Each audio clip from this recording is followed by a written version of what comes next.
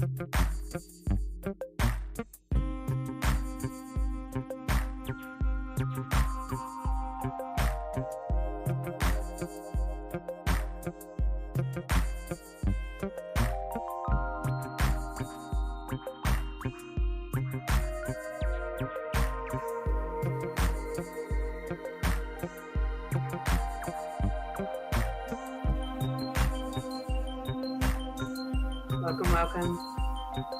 Find You Fridays.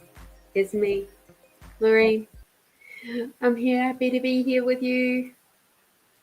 It is another yet beautiful, amazing day. How can we even think about the fact that we are just so lucky to be alive today? I know I feel lucky. I hope you do too. All right, just checking we've got everything humming along nicely. It looks like we do. So that is awesome. Let's get my tea going. Yum, yum, yum. Hi, Holly. How are you, darling? Hope you're having a really good day. It's been a big week. It's been a bit of a rough week in a lot of different ways, including having to go up to the physio today. So, yeah, I managed to twinge my back yesterday at work. So, just a little baby one. Enough to be uncomfortable, though. But I have managed to put up a Christmas tree today, so I'm very happy. Let's give you guys the roses so you can see the roses. Hi, Melinda. Hope you're doing well. We have Tulsi tea with spearmint and peppermint added in. Yum. I actually went out to the Virginia markets, the garden centre last weekend, and I picked up some a chocolate mint plant. So that is now sitting in my backyard in a pot because there ain't no way I'm growing that thing wild. And I think my landlady would be most unimpressed if I did. So it is in a nice, good size pot. So yay. Yeah, I'm doing okay, Melinda. I'm doing okay. It's been a bit of an emotional week, lots to process. So yeah, just taking it easy for the weekend, I think. And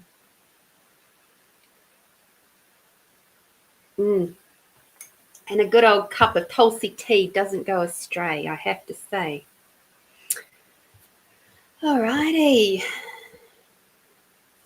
Let me just flick something off. Cool. Just so I don't miss anything. Fabulous. Okay,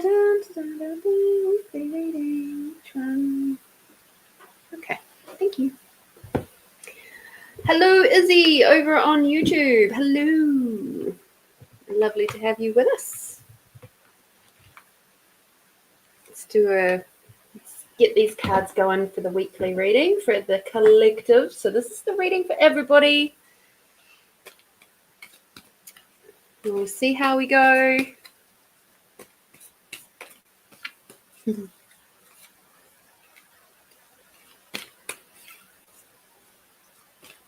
How has the week treated you all? Did any of you get to see the auroras over the week? I went out, but I didn't manage to catch any. I think we were just watching from a spot that was maybe, most of the photos that I've seen from our way has been sort of like, as in South Australia, Adelaide has been ones that have gone out to the ocean, and there was nowhere close that we could actually see the ocean.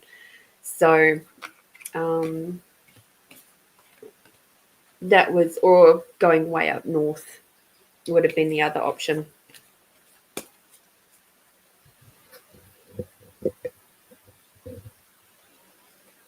Ooh, we've got a new moon coming up on Thursday. Ooh, exciting, exciting.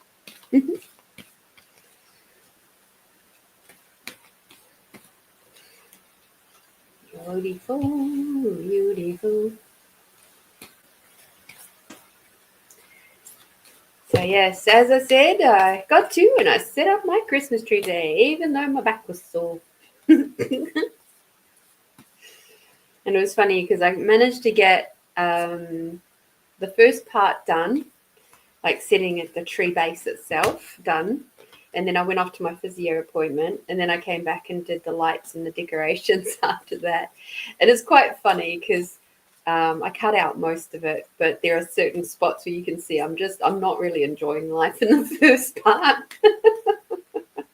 But in the second part, there's a few spots there where it's like I'm just happy, because I love setting up my tree, as you guys know.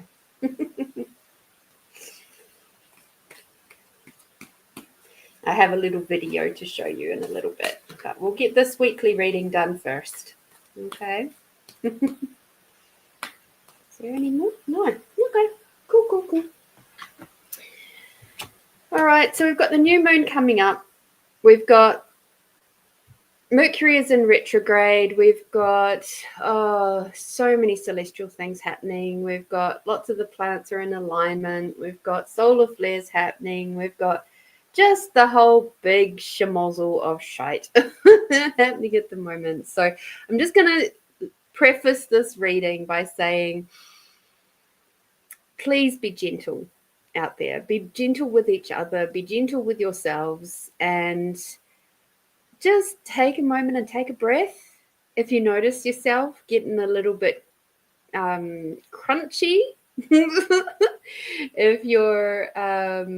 if you find yourself in a situation with another person where, you're both kind of like on that knife edge of like, am I going to rip your head off or not?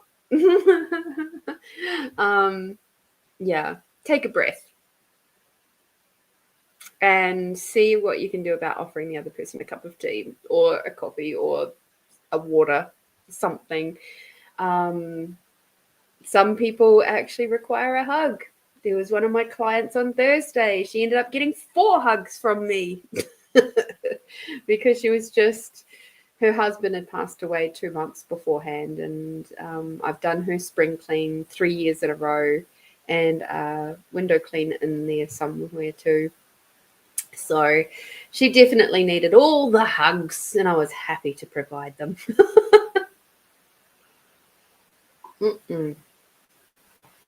Alrighty. So this week to come, as we know, leading into a new moon, we're still in the slowing down phase of the cycle, right?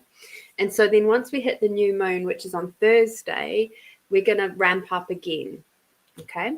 So all I can say is keep that in mind as we do this little reading. There's only 3 cards that have come out, so it's nice and quick and simple. But this slowing down is a really good moment to reflect on, and especially at the moment, because we are so close to the end of the year, but we're not there yet. We've got like another, 6 weeks till the end of the year. And this is that last little moment of push that happens before the end of the year for most people.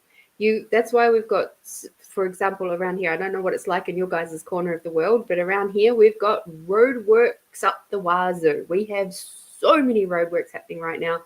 And this is exactly why. It's because it's coming up the end of the year and people are just trying to push through those jobs right through the end of the year. I see it and saw it in construction all the time. I was in the building industry for 13 years and I saw it every single year. Come towards, September, October, it starts ramping up, and then November hits and it's just like madness.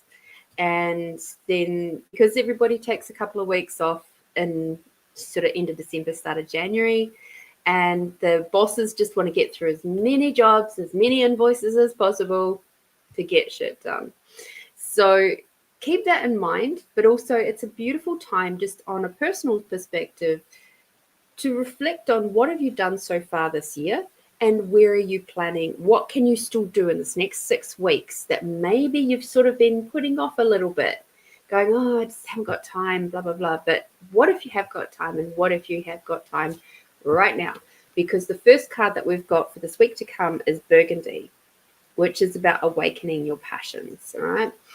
And so that's what I'm saying. What is it that you're passionate about? What have you been putting off that if you didn't put it off, you'd be able to achieve, at least make some inroads to achieving whatever it is that you desire to achieve in the next couple of weeks, next 6 weeks, in fact. This next week, we also have Activate Your Healing Power. So your healing power is whatever it is for you. My healing power is about creating peace and ease in people's worlds. And that happens in a variety of ways, but the overall theme remains the same. So this next week, you might be called on a little bit more than usual for your healing powers, whatever they are for you. Okay? Keep that in mind. Try not to resist and react to it. Keep it present, keep it alive in you, and you'll be sweet as. Have ease with it. Okay? Along with that, please nurture yourself. There's some lovely orange there. And it's just asking you to take some time for you over this next week. That could even be on Thursday with the new moon. But yes, please nurture yourself. Take time for you. As much time as you make for everybody else, take a little bit of that just for you. And that might be, just having a little bit of a longer shower, or a bath, or an extra cup of tea in the morning, or whatever it might be for you.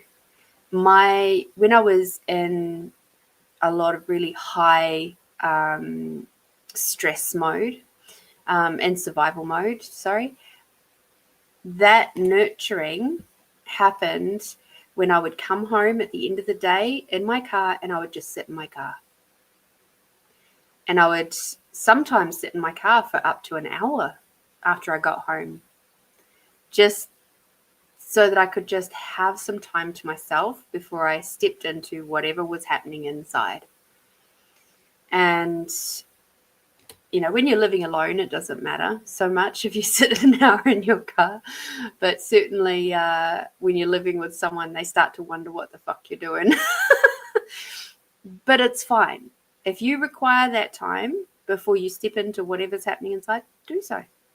Okay? All right. Now let's have a look at our yummy cards.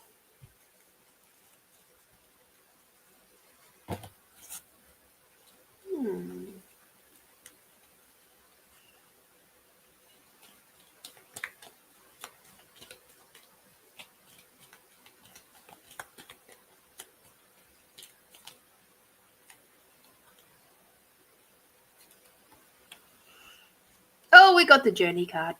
We love the journey card, don't we?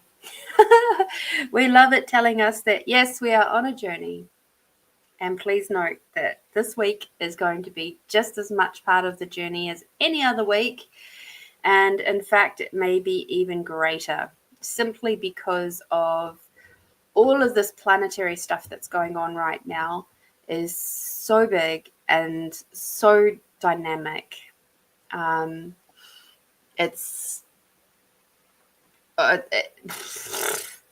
You can't help but take note. I'm going to say that much, okay? So just be aware. Be aware out there. All right. Hopefully you guys can enjoy this next few minutes. I put up my tree this week, so I'm going to play that for you now.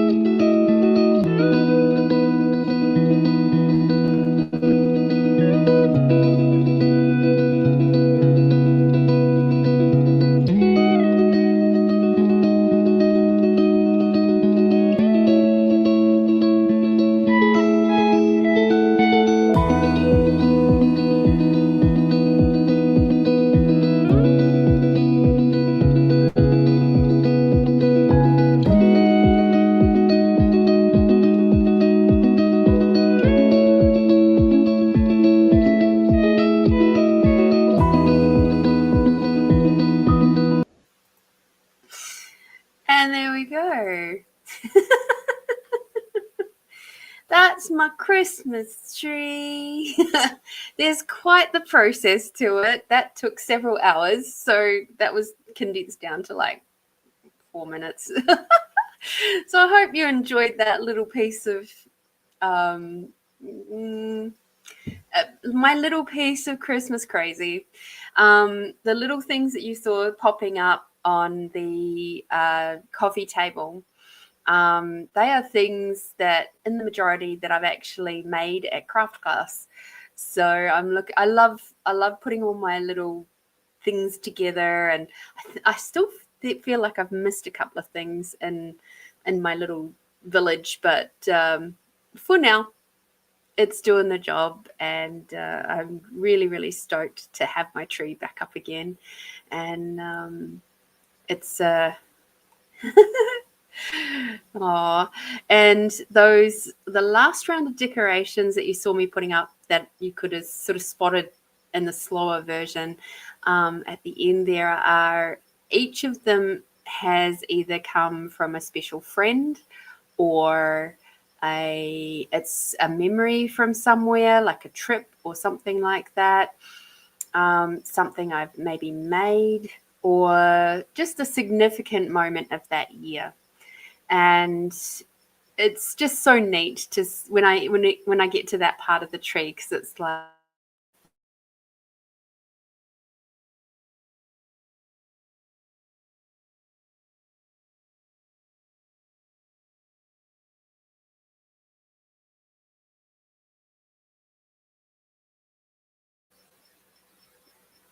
sorry about that. So this one there that is this little wee love heart, and it's down near the bottom. And that was actually gifted to me by a family that I did some nannying work for, which was really neat. So that was sort of in the transition between doing childcare and adult disability care. And there was another one up near the top, which is this little blue angel, but it's a blue love heart bead that's upside down that has angel, like a little angel bead that sort of hugs it. It's just so gorgeous. But yeah, there's all those odd ones are fairly significant in some way, shape, or form. So yeah, I'm glad I got to share that with you. So Tamara, you're first up off the blocks today. So what is your question? And I shall find your cards that we're going to work with for you.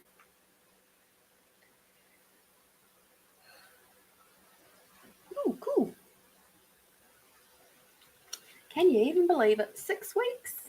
Oh, I can tell you guys, I'm so happy. Our work do has changed, which I'm very happy about.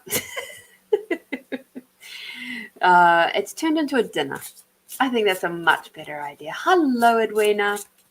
So they did have one other option. They had an option that they kind of gave us to, RSVP to, but nobody really wanted it because you got to remember, we're pretty much a bunch of tradies, and the majority of us can't think of anything worse than to go on a winery tour. If it was a beer tour, probably the boys would have loved that. But a winery tour, not so much.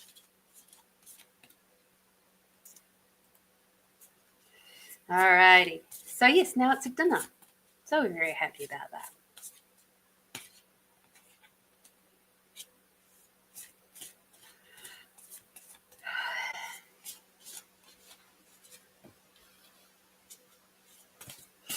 And lovely to have you with us, Tamara. It's always a pleasure to have your company.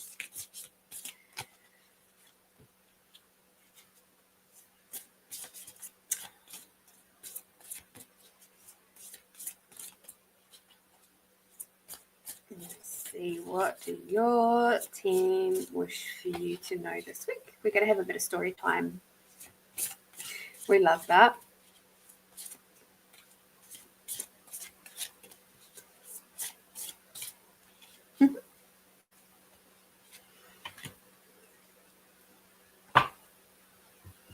But don't worry, I won't put up the Christmas tree proper in here until later.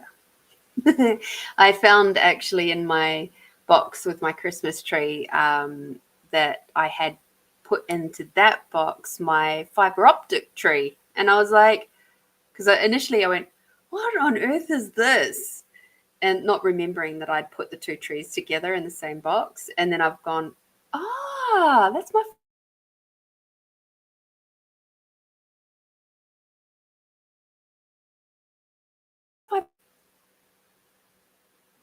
that I can now put in here, which is great. So yay. Happy, happy days. So you're wondering which cards you got. I am sure. I'm not sure if you have these cards.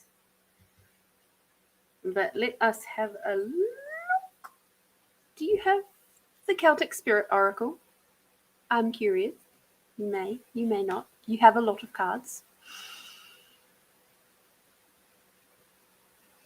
All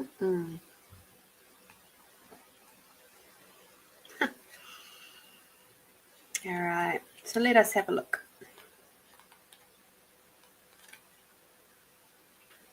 Ooh. I like it when I get to introduce you to new cards.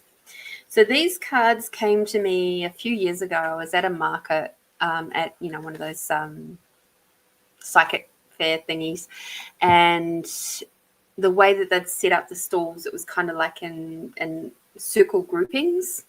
There's a really different way to do it, and I kind of liked it. But anyway, on the opposite corner to my grouping was this absolutely gorgeous lady called Lisa, who has just a huge range of cards and books and diaries and things like that. I must find out where she is at the moment so that maybe I can see if she's got something, because she quite often stocks stuff that is at this time of year specifically for the Southern Hemisphere.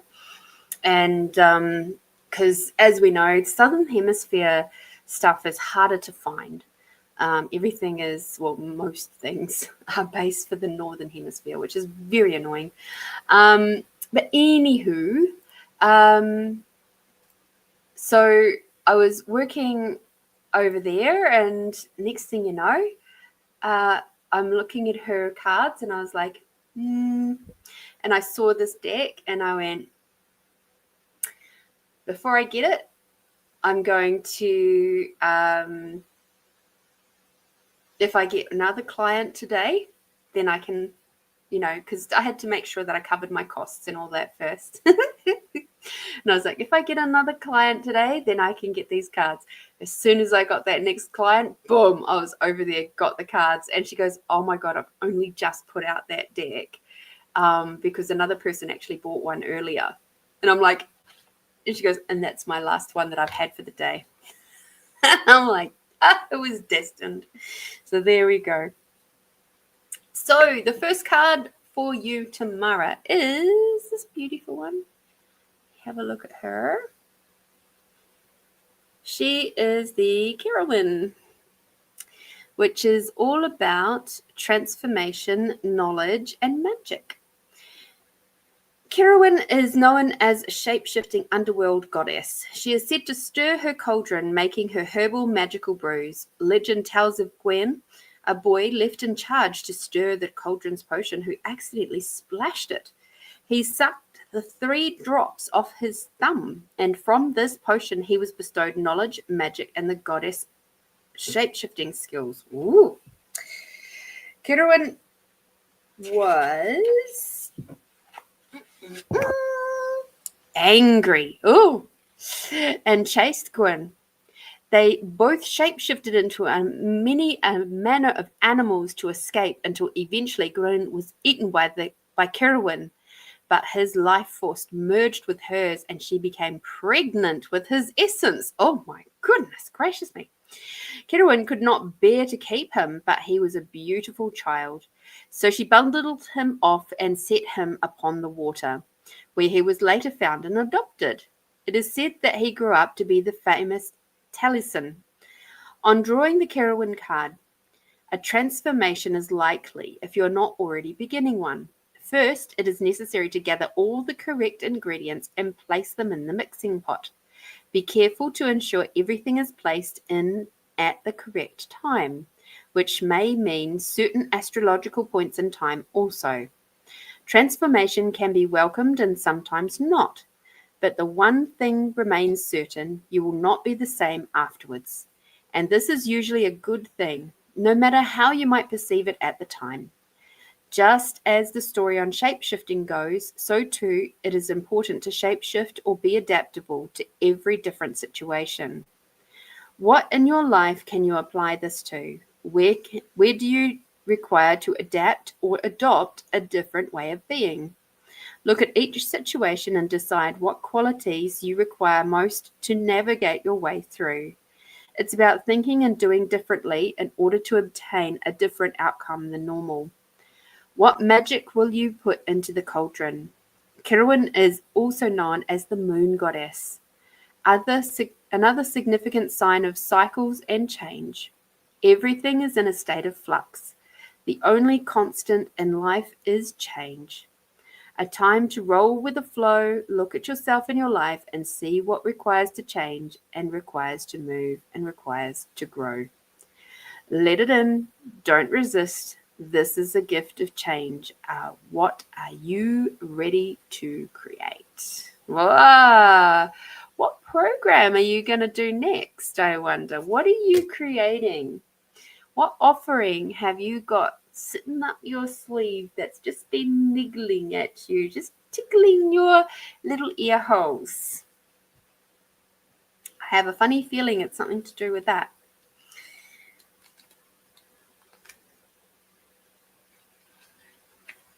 Okay, who do we have next? Oh, that's funny. The next card we have is the Hare, which is about otherworld, shape-shifting again, and fertility again.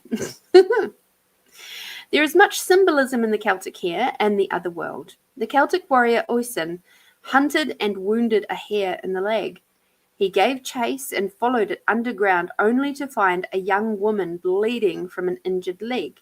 Hence, the hare's connection with the otherworld and shapeshifting. One of the traits of the hare is its amazing ability to literally turn on a dime at great speed. It is prey to many things, but can evade capture extremely well. When the hare crosses your path, it is a symbol that you may need to change direction, especially if you are a little stuck in your ways and require to change your tactic. It can also mean that you are moving too fast or required to move faster so as to not get caught. The hare in many ways is about movement and shifting fast. They are also synonymous with their ability to replicate, making them a symbol of fertility. And this is what the hare moon or moon gazing hare is known for. Is there something you are requiring to grow? A project, your bank balance? Abundance can come in many forms, and when you see the hare, you will very well be in line for some wealth coming your way in some shape or form. Or if you are requiring help with direction, call on the hare to help guide you. So there's definitely something that's happening with you, my love, and it's around, I definitely think that there is something that you're creating, and if it hasn't landed yet, it's going to land this week, because we've asked about this week, right? So there is definitely something that's going to go bloop, and you'll go, oh, that's the next program, or that's my next offering, or whatever it is. Okay, so be open, be aware. Be aware it might be a quite a quick shift from what you're used to. It may mean that the gestation process is a lot shorter. So just be aware of that. We have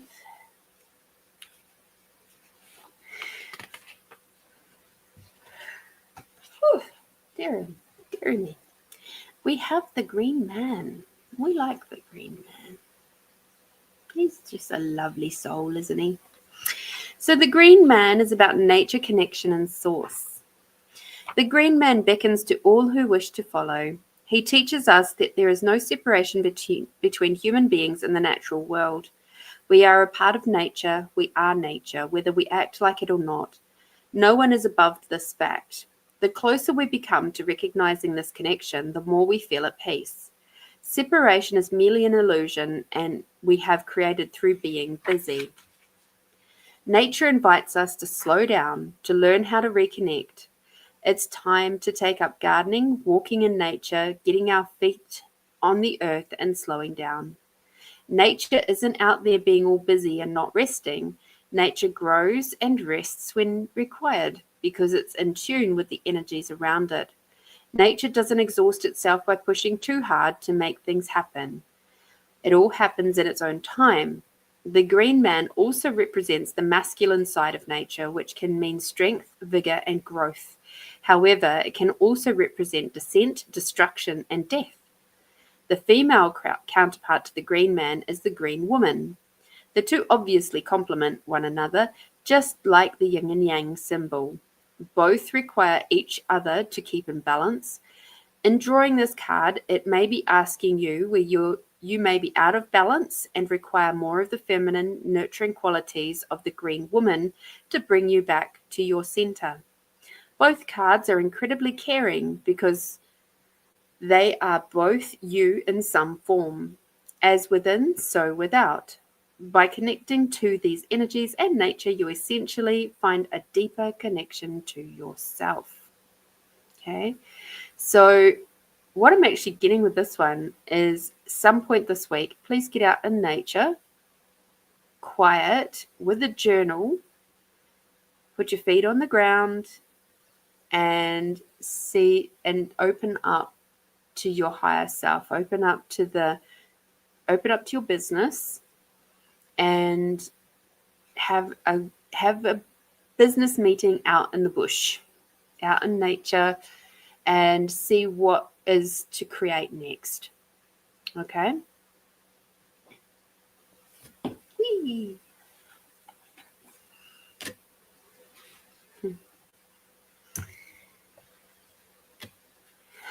Because again, even the hair is about nature as well.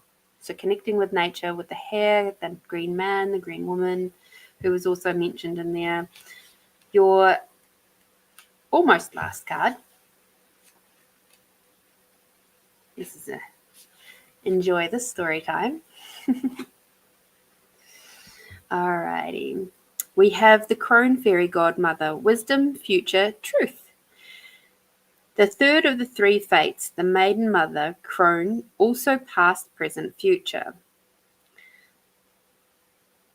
The Trinity knot in the circle is the symbol which represents the maiden, mother, and crone. Okay, so that's that up there. Past, present, and future. The three life cycles of women. I have had many encounters with the fairy crone, and she can be very abrupt. She literally rummaged through my abdomen, pulling things out and throwing them over her shoulder, and then said, "Time to fly," and threw me off a cliff. She shows you situations at such a fast pace, you wonder why she is in the guise of a crone. Never have I met a being so wise. If you're looking for sympathy, you won't find it here, but you will find answers if you're truly looking for change. Do not be fooled by the appearance of the fairy crone. She may be small, she may be old and hobbling around with the use of her staff, but turn your back on her for one instant and she flitters around in the blink of an eye. She is made of earth, she is earth, she is older than you can possibly imagine. She carries all the secrets of lessons learned over eons of time, which one can only experience for oneself to fully understand. She sees through the lies, even the ones you tell yourself that you are not aware of. She sees through your sabotage patterns and knows what's best for you, which might not be something that you're comfortable to hear. The fairy crone has no patience for time wasters. You either heed her advice or she is done with you. And what can you rely on from her is wisdom, answers, and a matter-of-fact attitude that cuts through your ego and masks. If you truly seek answers to your biggest questions, then it is time to work with the fairy crone. But know one thing, you might not want to hear the answer if you're stuck in your comfort zone. Know that once you call on her, she has the ability to propel you forward at such speed you'll wonder what hit you. Drawing the fairy crone card might indicate that you need to look deeper into a situation or within yourself to see what's really going on. Only when you peel back the layers can you truly see the root issue. It's about being open and vulnerable enough to look at yourself and what you may be afraid to look at that you've kept hidden for a long time. You might be caught in a never-ending pattern that feels out of your control. But remember, when we change what's on the inside, the outside falls into place. The fairy crone represents the future. Nothing is set in stone yet. All can change depending on what decisions you make in the present. Really think about what you wish to have for your future, to what you wish your future to look like, and sit with it. And sit with the fairy crone to see what requires to go to make room for it. I hope that all made sense. All right. So fabulous. You said you've been drinking your coffee in the backyard first thing in the morning with your feet on the grass this last week. I love that for you. Absolutely love that. So along with what I was saying, so she's a fast moving thing. You got the hair, which is fast moving. You've got transformation. The themes that are coming through on this reading is quite dynamic. I think what I'm getting is this week you're going to find things are just going to pull through in a really, really big dynamic way for you this week. And it's up to you whether you take it on or not. I would highly recommend working with the crone fairy if you're up for the challenge, and do so with honor and respect for what she will give you. Interestingly enough, I watched a movie today while I was putting up the Christmas tree. Actually, it's called I think it's called The Fairy Story, a true fairy story, or something like that. And it was about it was around the time of Houdini, and these two young girls actually managed to capture several times, or a couple of different times, photos of fairies, actual proper fairies. And I was just like, wow. So clearly the fairy energy, the fae energy is up. Feel free to work with it. Pretty potent stuff. And sometimes, as you know, we kind of need that big old kick up the butt to get moving. Understanding is the other card that you got, your yummy card. So understanding that your ego does not run the show, that it's time for you to get open and vulnerable, and be prepared to shift tact very quickly. Okay. Thank you so much for your kind donation, Tamara. I'm so grateful for you. So grateful for your continued support here at Find You Fridays. And I look forward to continuing our lovely relationship journey over the next few weeks. Yay! And have fun with all those energies, because that's a pretty potent reading, I have to say. Oh, dear. Alrighty. I just love these cards. And the coolest thing about these cards, I'll just put these ones away. I'll show you the backs of them because they're really cool.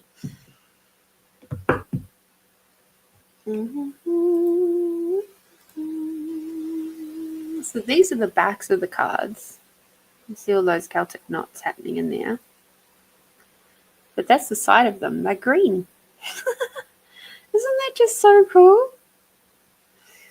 Awesome. And because they came, I think, wrapped in plastic, I ended up, I'm curious to know, when you finish up at the end of your readings tomorrow, do you have any special little ways of thanking your cards, of honoring their service to you, or what some people would do is like cleanse their cards afterwards in their ways? Do you have any little, or any of you who did card readings, do you have any little rituals, that's the word I was trying to find, that you do? So here's a little behind the scenes moment from my end, is that when I finish the show and you've all gone home, you've all gone to sleep, I will thank my cards by kissing them. And then I will, if they haven't got their little plastic sleeve anymore, I will wrap the ribbons that I've created or given them and put the ribbon around it to go, like, tuck it in nice and safe for the next time. So given that the show's not finished yet, we'll leave the ribbon off. But yeah, that's what I do for my cards, to say thank you, and just, you know, putting them away nice and clean and clear. Some people will do the old knock, knock, knock thing, which is cool. You can do that too. I tend to do the knocking if I'm playing with someone else's cards. I'll tend to do that.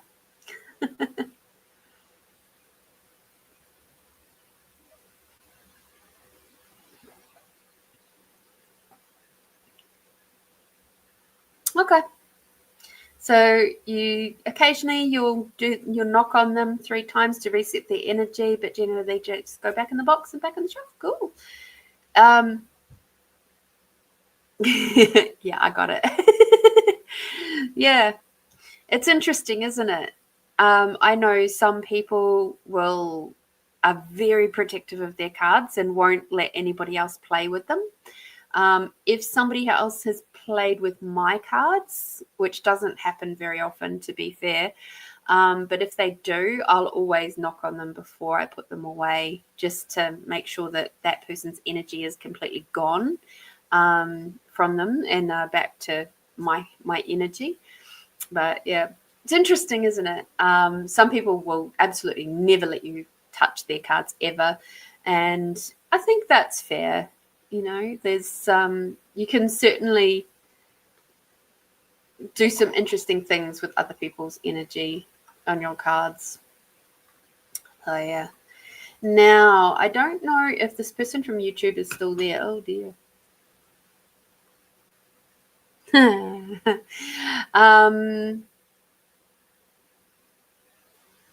Karazi. Karazi? Who's from Toronto in Canada. Goodness gracious, it's like 3:30 in the morning over there, thereabouts. Goodness gracious, what are you doing up, love? I'm still struggling with the loneliness and emptiness without mum. So I'm actually going to call on you guys for this one as well. So it's not just about me this time, because I know many of you have lost a parent or parents or grandparents that are very significant to you. So this lovely person, I'll put it up on the thing here. So they say that they're struggling with the loneliness and the emptiness without their mum for almost 2 years now, waking up to the same depletion. Is there any purposeful direction coming from her? 524. Okay, cool. I have a friend who's up in Edmonton, so that's why I kind of know roughly. It's still bloody early in the morning. What can I say? Thank you for being here. So from the rest of the tribe here, the rest of the Find You Fridays crew, what have you done over the years to help you with this particular situation? I know for me, when I lost my granddad was like my most treasured favorite human in the world. And he's been gone 10 years now. And I can honestly tell you that the grief, it gets easier. It doesn't ever really go away. But it does get easier. One of the things to check with, and I'm going to do a little bit of pendulum work for you, is because now that your mum's been gone for 2 years, it's likely she's done her life review, and it's very likely, but I'll check with the pendulum, that she's back in your spirit team now. So she's not actually gone, especially if you guys were close, which it sounds like you were, because if you weren't, you wouldn't be feeling lonely. Okay? So there are times when our loved one sends us signs or signals. My granddad, he will every now and then send me the smell of CRC lubricant or linseed oil. That's a smell he sends me. Or he'll leave money for me in really odd places, or will find a way of getting New Zealand money to me. Now, I'm a New Zealander, but I live in Australia. So we have two completely different currencies.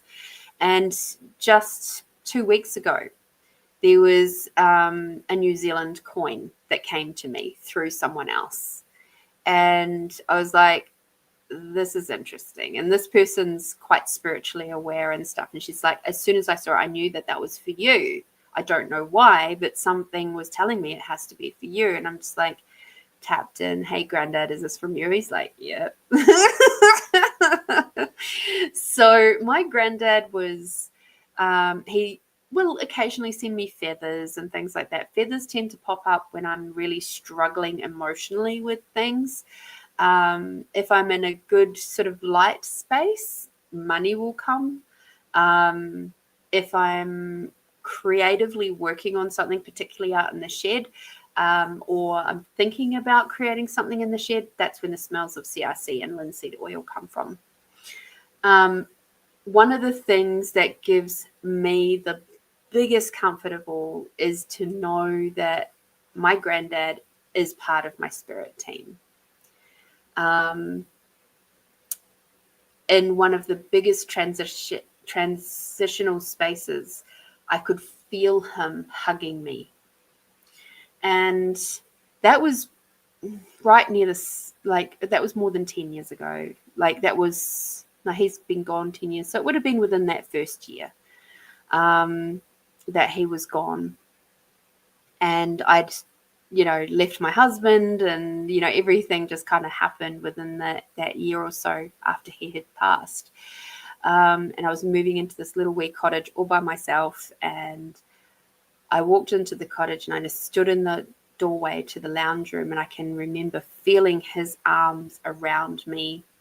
And because he was quite a little guy, he used to be a jockey when he was in his young days. So that sort of tells you how small he was. And his arms around me were just the most comforting thing in the world.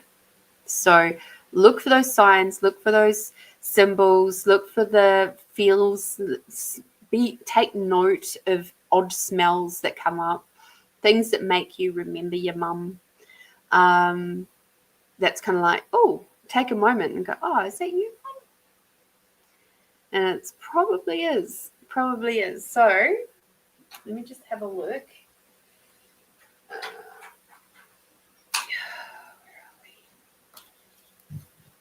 So I am curious to know of the rest of the Find Your Fridays crew. How have you coped with a loved one passing? What strategies have you used? Just so that we can pass them on to this lovely being from Canada. Okay.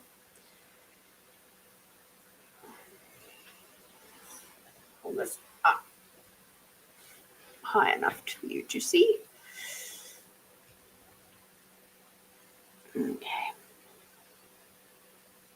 All right. Show me a yes. Show me a no. Thank you. Okay, Truth. Is Karazi's mum and her spirit team now? Oh, that's a definitive yes. Is Karazi's mum sending her symbols and signs on a regular basis?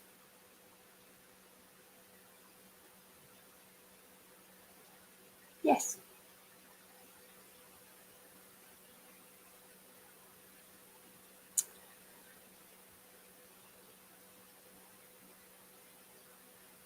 Is there something that... Sorry, let me just think about this one for a second.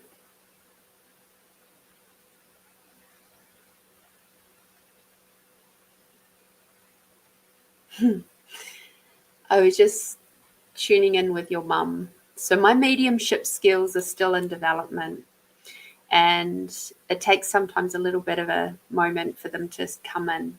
But one of the fun things that your mum does is she taps you on your shoulder to let you know that she's there. And you might kind of go, oh, what was that? You know? So just know that that's something that she does. I'm just asking her if she can show me anything else that she does to show you.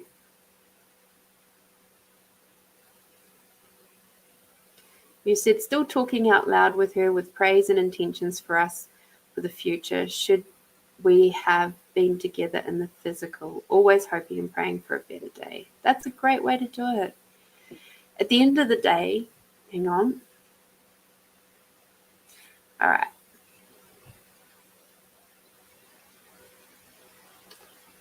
Truth. Is your mum worried? Is Karazi's mum worried that you are struggling with loneliness and emptiness?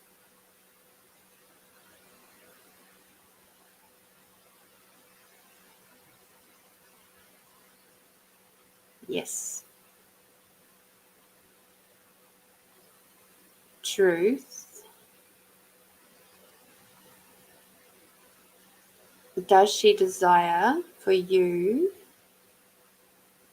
to keep moving forward with your life even though she has gone in the physical? Yes.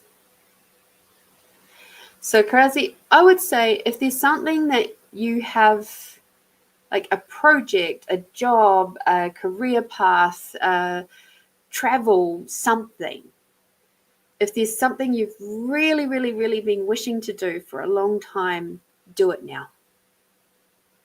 Okay? Or as soon as you can, as soon as you possibly can, start working towards that thing. Because I know for me, when I've been in big spaces of depression and sadness and grief, that finding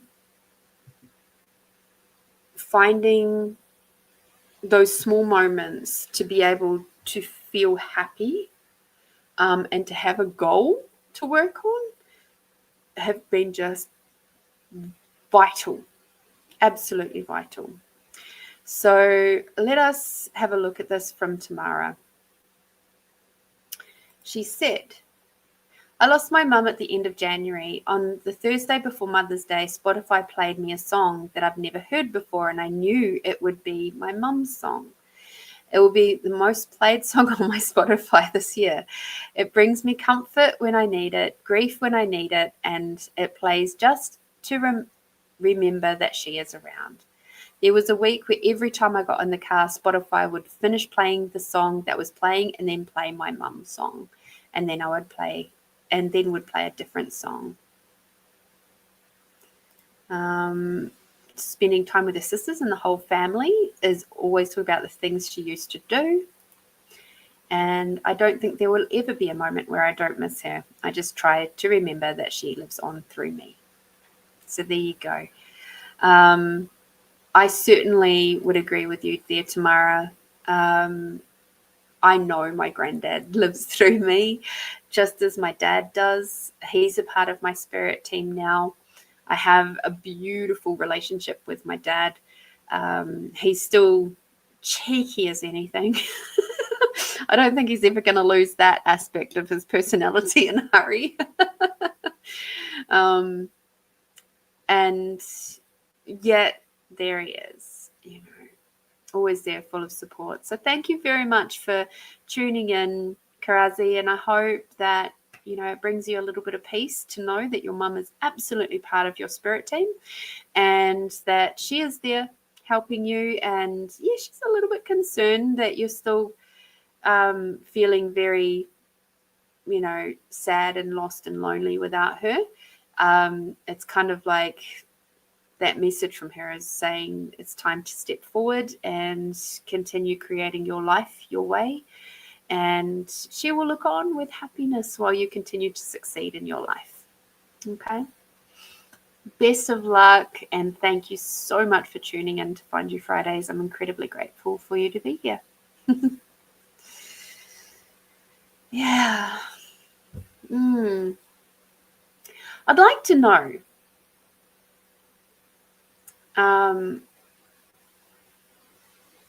Tamara, how does your mum, besides the song, is there any other ways that your mum reaches out to you? And to anybody else who has lost a loved one or has had the lovely moment of transition with a loved one, is there any other ways that they pop up to you to say, hi, we're still here?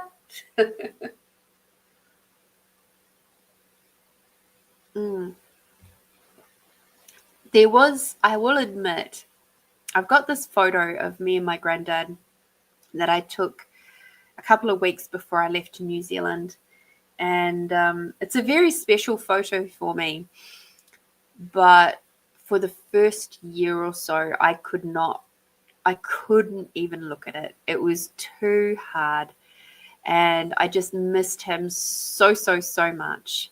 And like I'd have those moments where I'd just see the photo and I'd just burst into tears because it's like, well, he's not here anymore. And when I was doing a few years later, after I'd sort of gotten over that first little bubble of grief,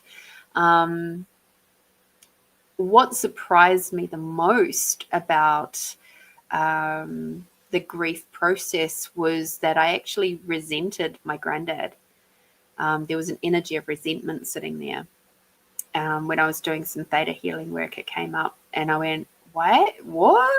I resent my granddad? Hell no.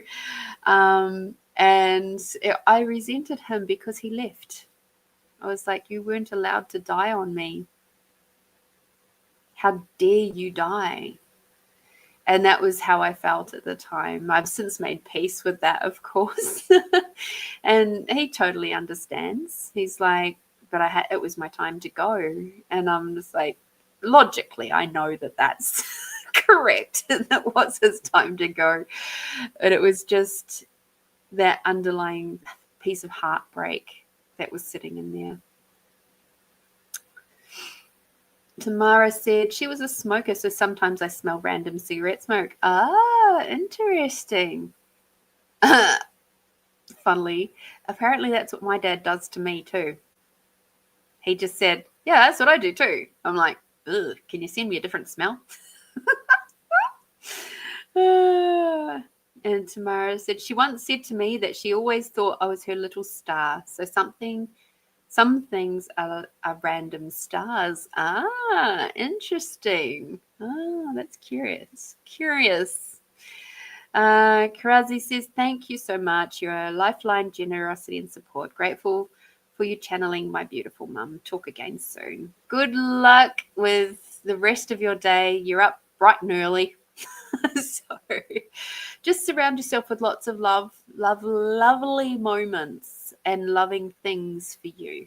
Okay. And interestingly, I just got this sense of flowers. Like,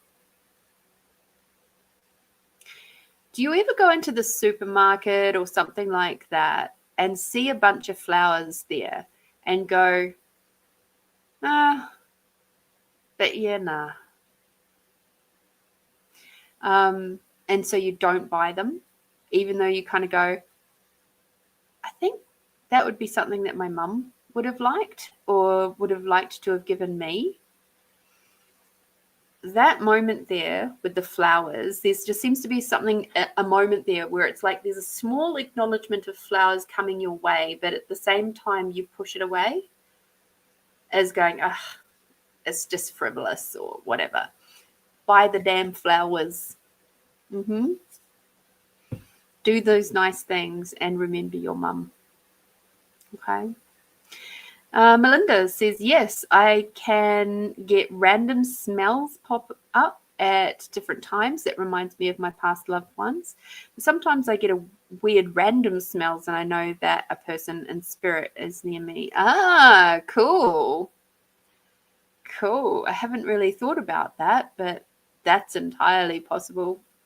Definitely possible for me too, but I'm in and out of people's houses all the time, so I tend to turn off that side of me a little bit because oh dear. Oh, Tamara, you're doing just fine. You're doing just fine, darling. I can smell spirit. Does it smell like teen spirit? All right, let's do some poetry, eh? I don't think we did this last week, so let's expand out. So in your mind, we're going to do the question first. All right. So what question do you have that you would like a specific answer for within the book? I'm going to give you a few moments to everybody who's tuning in right now that question, please put it in the chat now. Okay. And with this question, make it fairly specific. So, like, not just what's my week going to bring me? Like, that's a very general question. So, something a little bit more specific. It can be about a person. It could be about a situation. That sort of thing. And I suppose you could make it, what should I focus on for the next 6 weeks? That could be a nice thing to put in there. And then once we do the expanding out tool, we will ask the thing about what number to ask for on your poem. And then we'll work with the 2. Okay. So pop your questions in the chat. So something else that's interesting this week. So I had a little bit of I've had a bit of a week around looking at familial patterns. And just while you guys are putting your questions in the chat. And I had a little bit of what would you say? A crunch point with a family member, and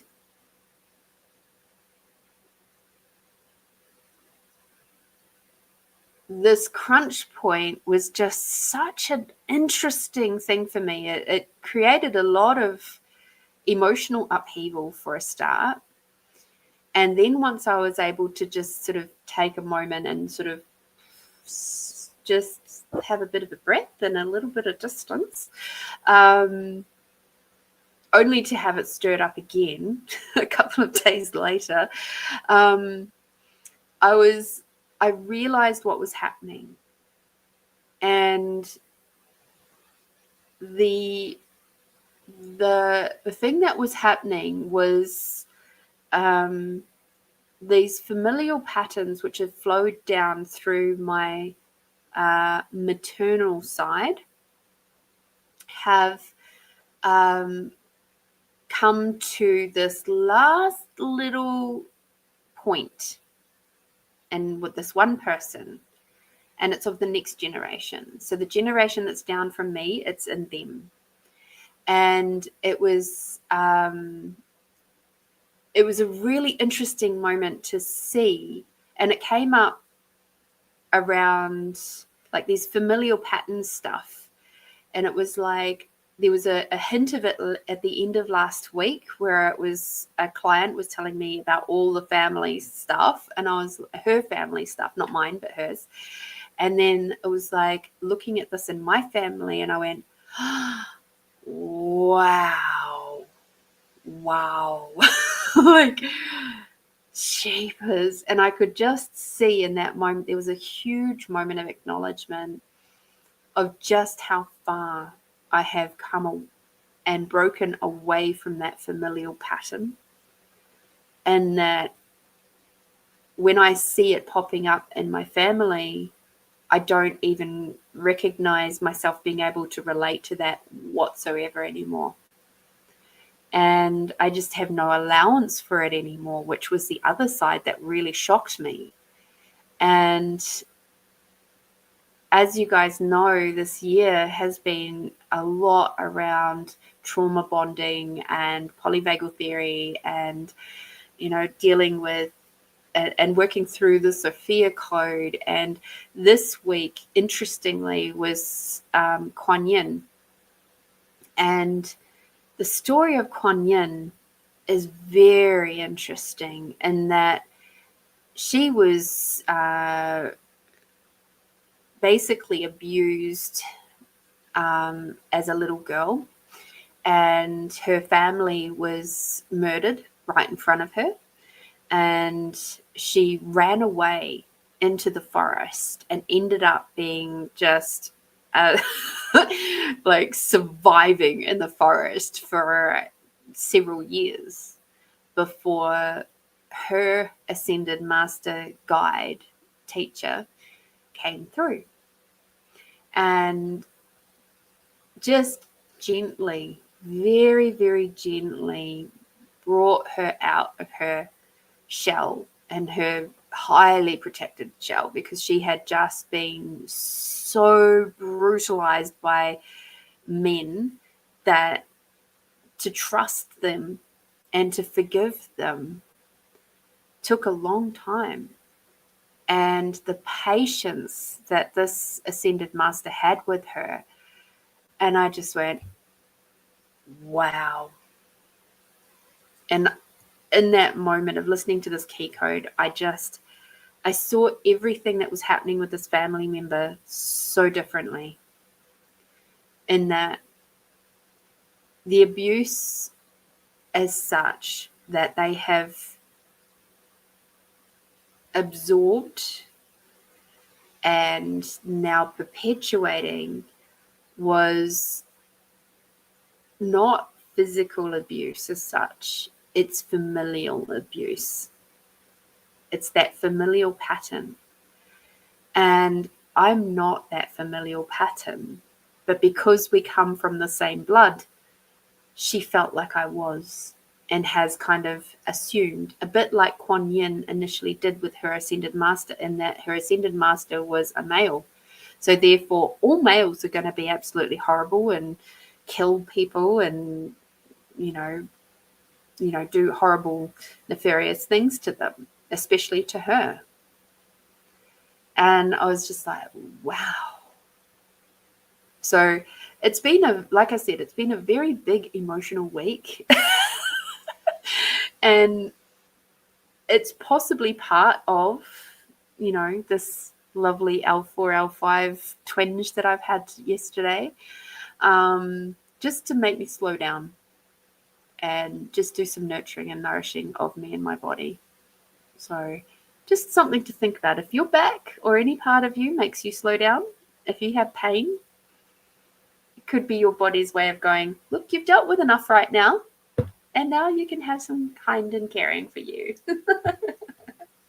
All right, cool. I can see a couple of those questions come through, so that's fantastic. Thank you. And the reason why I've gotten you to write those down is because I wish to have them kind of out in the ether before we do the poetry part, the numbers, okay? Because then we can just really tune in and have the questions already bubbling away over there. So for anybody who has just joined, if you would like to play along with the poetry side of things, you may or may not know what that means, and that's okay. You can just keep playing along.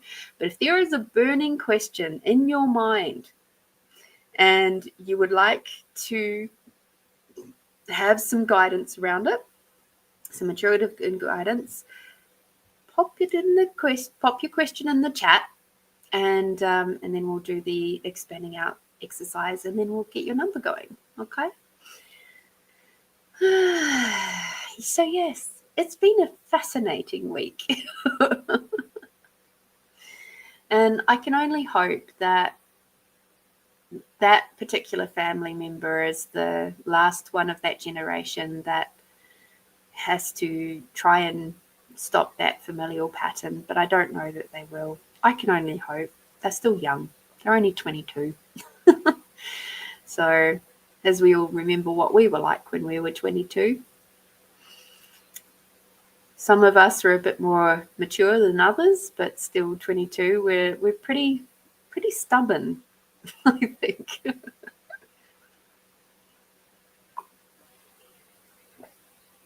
All right. Cool bananas. Okay, close your eyes. Take a big deep breath in all the way down to the bottom of your belly. As you're breathing out, just relax your shoulders, relax your back. Breathing in, bringing Mother Earth energy all the way up your body as you breathe in. Breathing out, bringing Father Sky energy all the way down.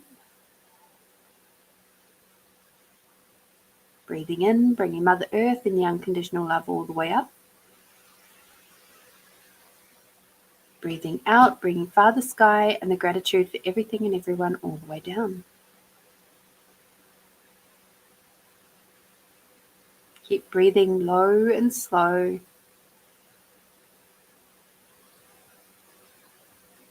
And as you become even more aware of your body, become aware of the bones and the ligaments, become aware of the muscles and all of your organs. Become aware of the blood pumping around your system. Become aware of your skin and your hair. And now become aware of the air around you. And now expanding out your awareness in a big bubble up into the sky and down into the earth, with you in the center, expanding out your awareness greater than the building that you're in. Expanding out your awareness greater than the country that you're in. Expanding out your awareness greater than the planet.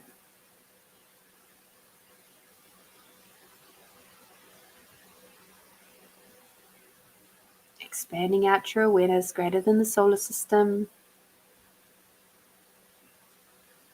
Beyond the galaxies. And beyond the universes. Take a big deep breath in. And out. Keeping your awareness nice and expanded out. Focus on your body once more and grab your sense of allowance. And now you're going to expand out your sense of allowance. Greater than your body. Remembering that expanding out your sense of allowance takes you from being the tight, contracted little pebble at the bottom of a raging river of everybody else's thoughts, feelings, and emotions, and expands them out. So you become like a nice, big, fluffy cloud floating along, and you can see that raging river of thoughts, feelings, and emotions and see it exactly for what it is. It's just energy. And so now you have the ultimate choice of whether you play with that energy river or you just float on by and just keep living your peaceful, easy life. The choice is yours. So expanding out your allowance now in a big bubble up into the sky and down into the earth. Expanding out your allowance greater than the country. Expanding out your allowance beyond the size of the planet, beyond the size of the solar system, beyond the size of the galaxies, and now beyond the size of the universes, and beyond the size of your awareness. Take a big deep breath in. And out.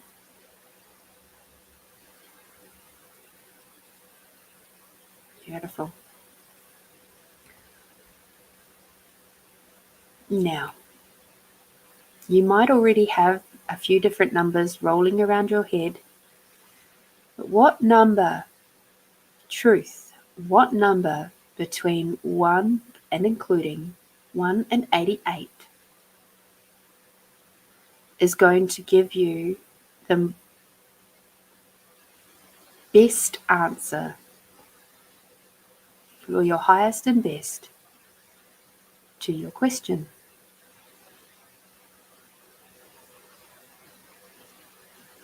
Please put that in the chat now.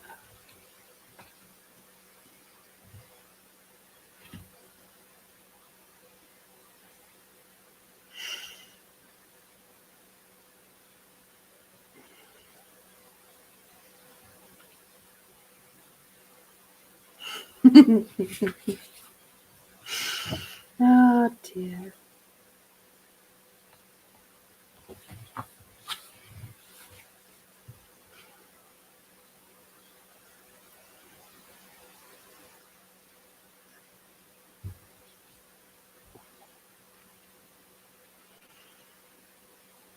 Melinda, fabulous. Thank you. You have 34.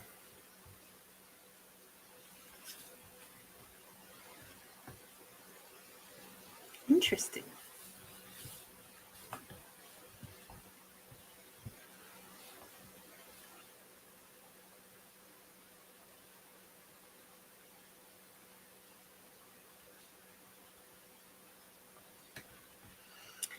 So you've asked about your most aligned divine masculine.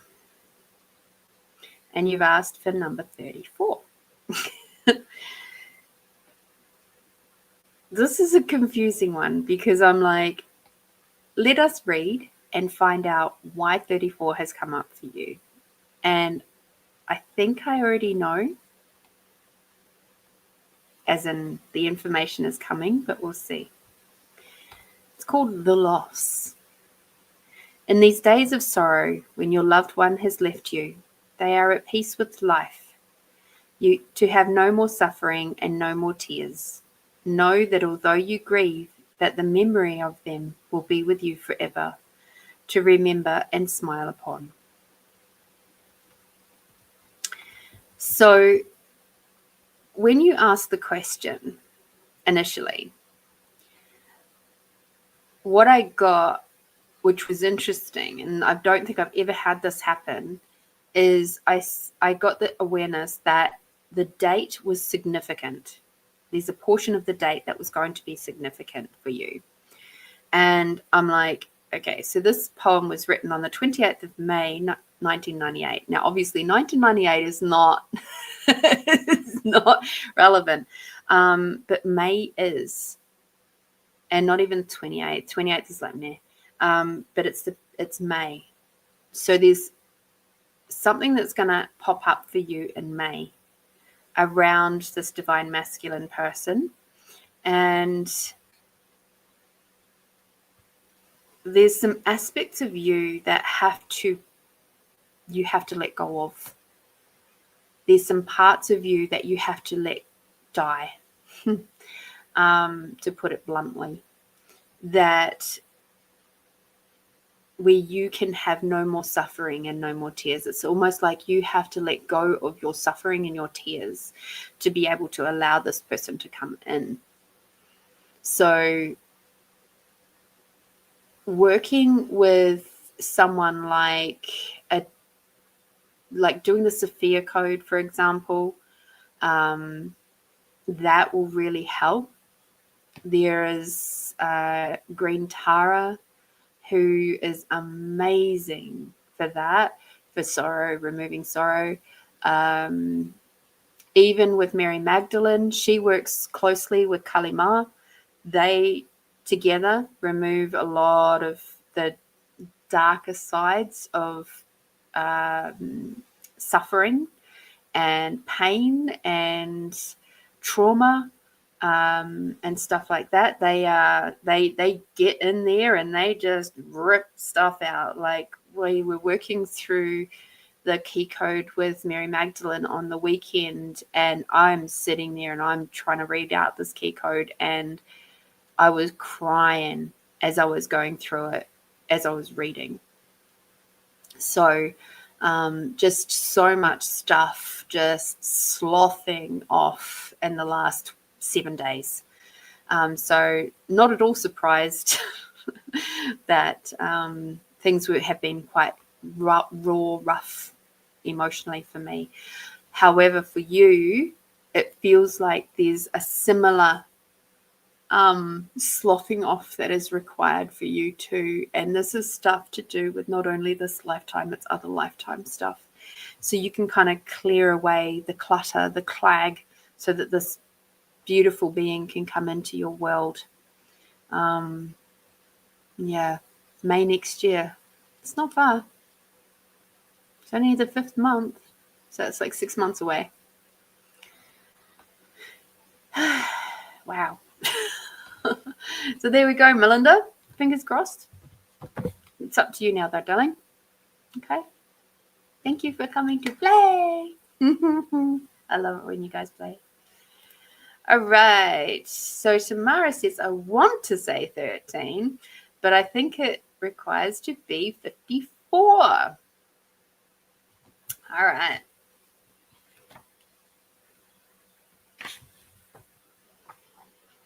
I'm curious to see what each of them says.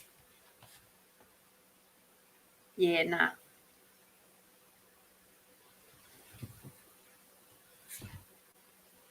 Oh.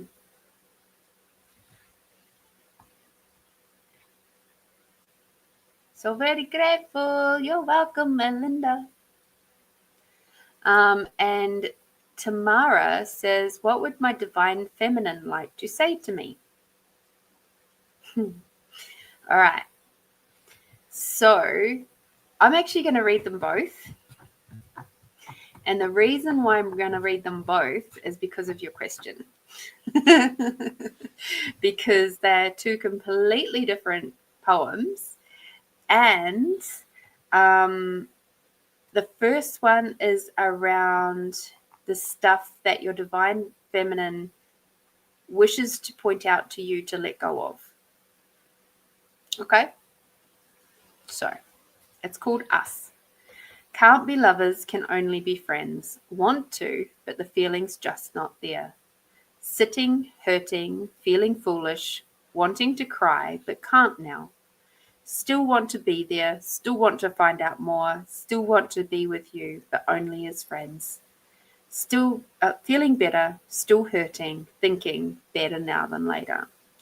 So with your past lovers, partners, kids' dad,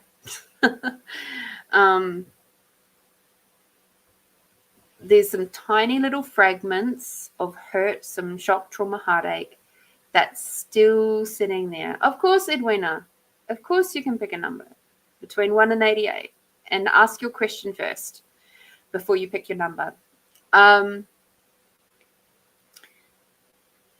So there's still some little fragments sitting there that your divine feminine is asking for you to let go of.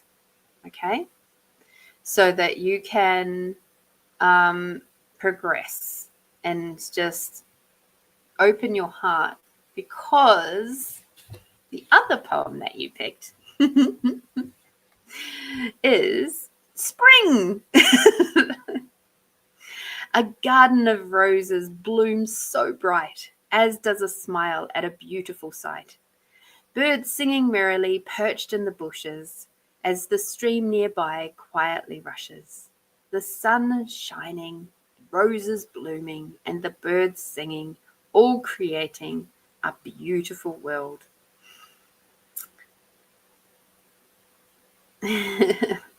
Interesting. That was in May as well. Not the same year, but anyway.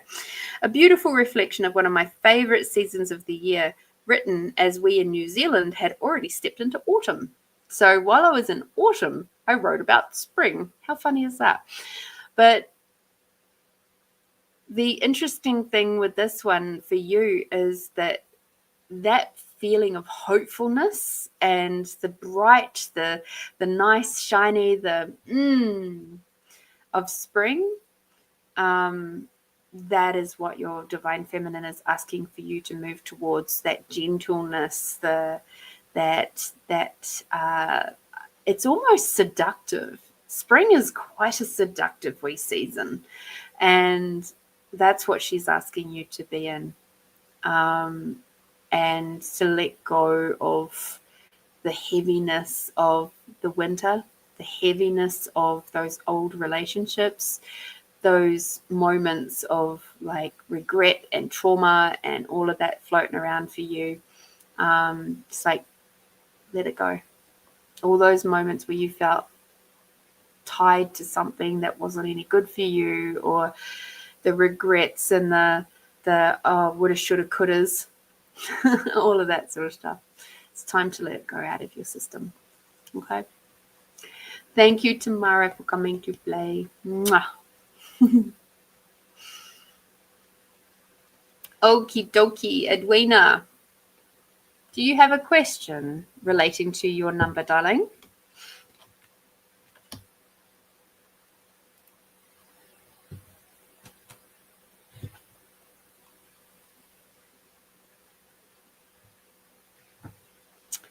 Whilst Edwina is working on her question for her number, I'm going to jump over to Sophia, who wants to know about her future spouse. This will be interesting to see what happens with number 33.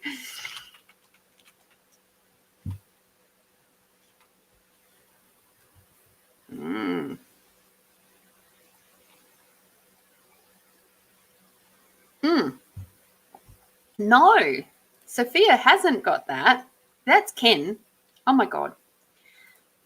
So Sophia hasn't actually asked me a specific question. She has just said, may I have a love reading? And then has done a number. All right. You're quite right.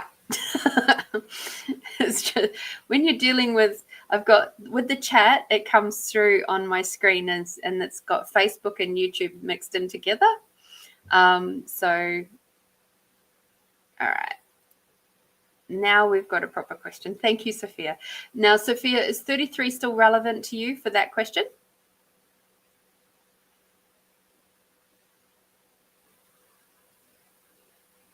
Just want to double check, please. Okay, cool. Reflections. In the screwed up world where people don't think of what will happen if they say something or do something, why can't this generation and the ones to come accept the past, present, and future, the people around them, and not judge? A person is shaped by their experiences. To assess a person without exploring their personality, experiences, and opinions is shallow. The greatest gift in the world to give to another is trust. From trust stems love, respect, and friendships. But how can one gain trust without looking into every crevice, fold, and layer of another person? Many people have learned to be cautious because at some time in their lives that trust was misused. They form a wall around themselves and will keep it there till someone is able to take the time, effort, and kindness to slowly take that wall down. Every person requires a soulmate, someone to trust implicitly and not be judged in any way. Together, they will be able to branch out and always give encouragement, support, and love to each other. So, Sophia, what I got when I was reading this, and this is the way the poetry stuff, like how it goes, is that as I'm reading, certain words, certain sentences will pop out as being, this is why they've chosen this. And, it's like when you're reading tarot cards, for example, certain colors or aspects of the card will come out as being a little bit brighter. It will sort of draw your attention a little bit more. And that's pretty much how the poetry works for me. And so as I was reading this, I know you have a lot of questions around your crush. And what I'm really getting is that there's a huge amount of caution happening here. And it's 1:11 your time. That's wonderful. How cool is that? Because of that level of caution that is existing between you, it's going to take a lot for you guys to be able to break through that. The question that I have for you is, do you feel safe enough within yourself yet to trust your awareness? Because if that answer is a no, then, hang on just a moment.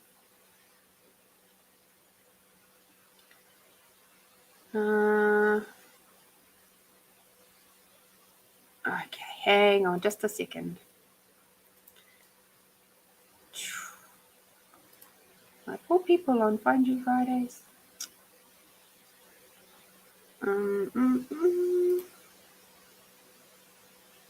Okay. Facebook was playing silly buggers, so I'm sorry to everybody over on Facebook land. They'll be going like, what the actual? Sorry, Sophia. So if you are not yet safe enough within yourself, it's very difficult to trust your awareness, okay, and your intuition. And so what I highly recommend for you is, if you honestly answer that question of, do I feel safe enough within myself yet, and it comes out no, it's time to do some work on that first, okay? Once you do that and you feel safe enough and steady and settled enough within yourself, and I say enough, you don't have to be 100%. It's just, you'll know. Because you'll wake up in the morning and you'll just go, oh, I feel peaceful. And it'll feel bloody strange if you're not used to it. So once you're in that space, you'll be able to know for sure if this person is the right person for you. Okay? But it definitely sounds like you've had a lot of experiences so far that have put a lot of questions into your heart around who to trust, that you maybe don't trust yourself right now, let alone anybody else. And if you can't trust yourself to know what's true for you, that's a really big indicator that you're in your sympathetic system at the moment. Highly recommend for you, darling, that you learn about polyvagal theory, and along with that, trauma bonding. Polyvagal theory and trauma bonding go very much hand in hand. It's a journey I've been on this year, and I got a huge amount of awareness out of it. There's a beautiful book. It's a very quick book, and it's by Deb Dana. So Debdana, Deb Dana. And it's about securing or anchoring yourself in safety. Okay. And it's about polyvagal theory. Lots of little activities and things in there for you to do. And if you are really curious about any of that sort of stuff, I would also highly recommend you maybe seek a counselor that specializes in polyvagal theory and trauma bonding. And that will be really super helpful for you.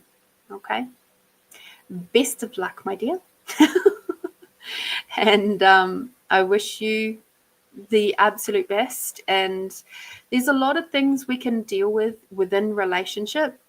The most I've talked to so many people now, elderly people who have been together for a long, long time. And one of the things they said to me, because I said to them, what do you think is the key? I didn't say the secret, I said the key to you guys having such a long relationship. The first thing they said was friendship. The second thing they said was a common interest.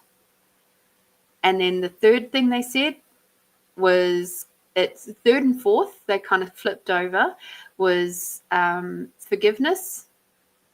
And the other one was humor. So not holding on to things, holding on to grudges or anything like that, just letting things go. You have your little spats. They all acknowledge that. And then it was like, they come back together and they're just like, but I still love you. And with the work that I do during the week, I get to be out and talk to lots of different people all the time. And that's the common theme, is friendship first, common interest, and then the other flows on from that. Okay. But basically, at the end of the day, they feel secure within themselves. The relationships that don't work, that are very toxic, it's where the person, one or both, do not feel safe within themselves first. And so they're looking to someone else to save them from whatever situation it might be. Okay? You're welcome, Sophia.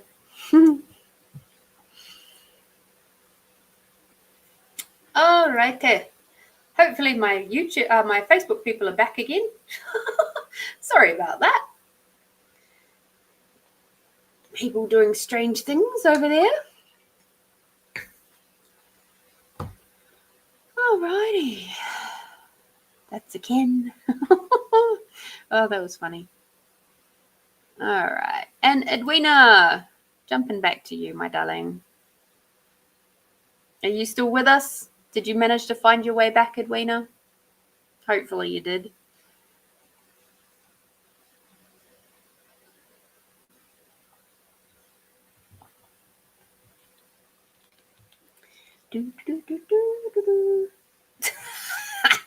Yeah, I don't know what happened there, Melinda. It was like Facebook just went, nah, we don't want anybody else to know about this for a minute. I'm like, oh. So I had to disconnect and reconnect you fellas. So I'm sorry about that. The YouTube side was still going just fine. So have no idea what was going on. Technology, it's great.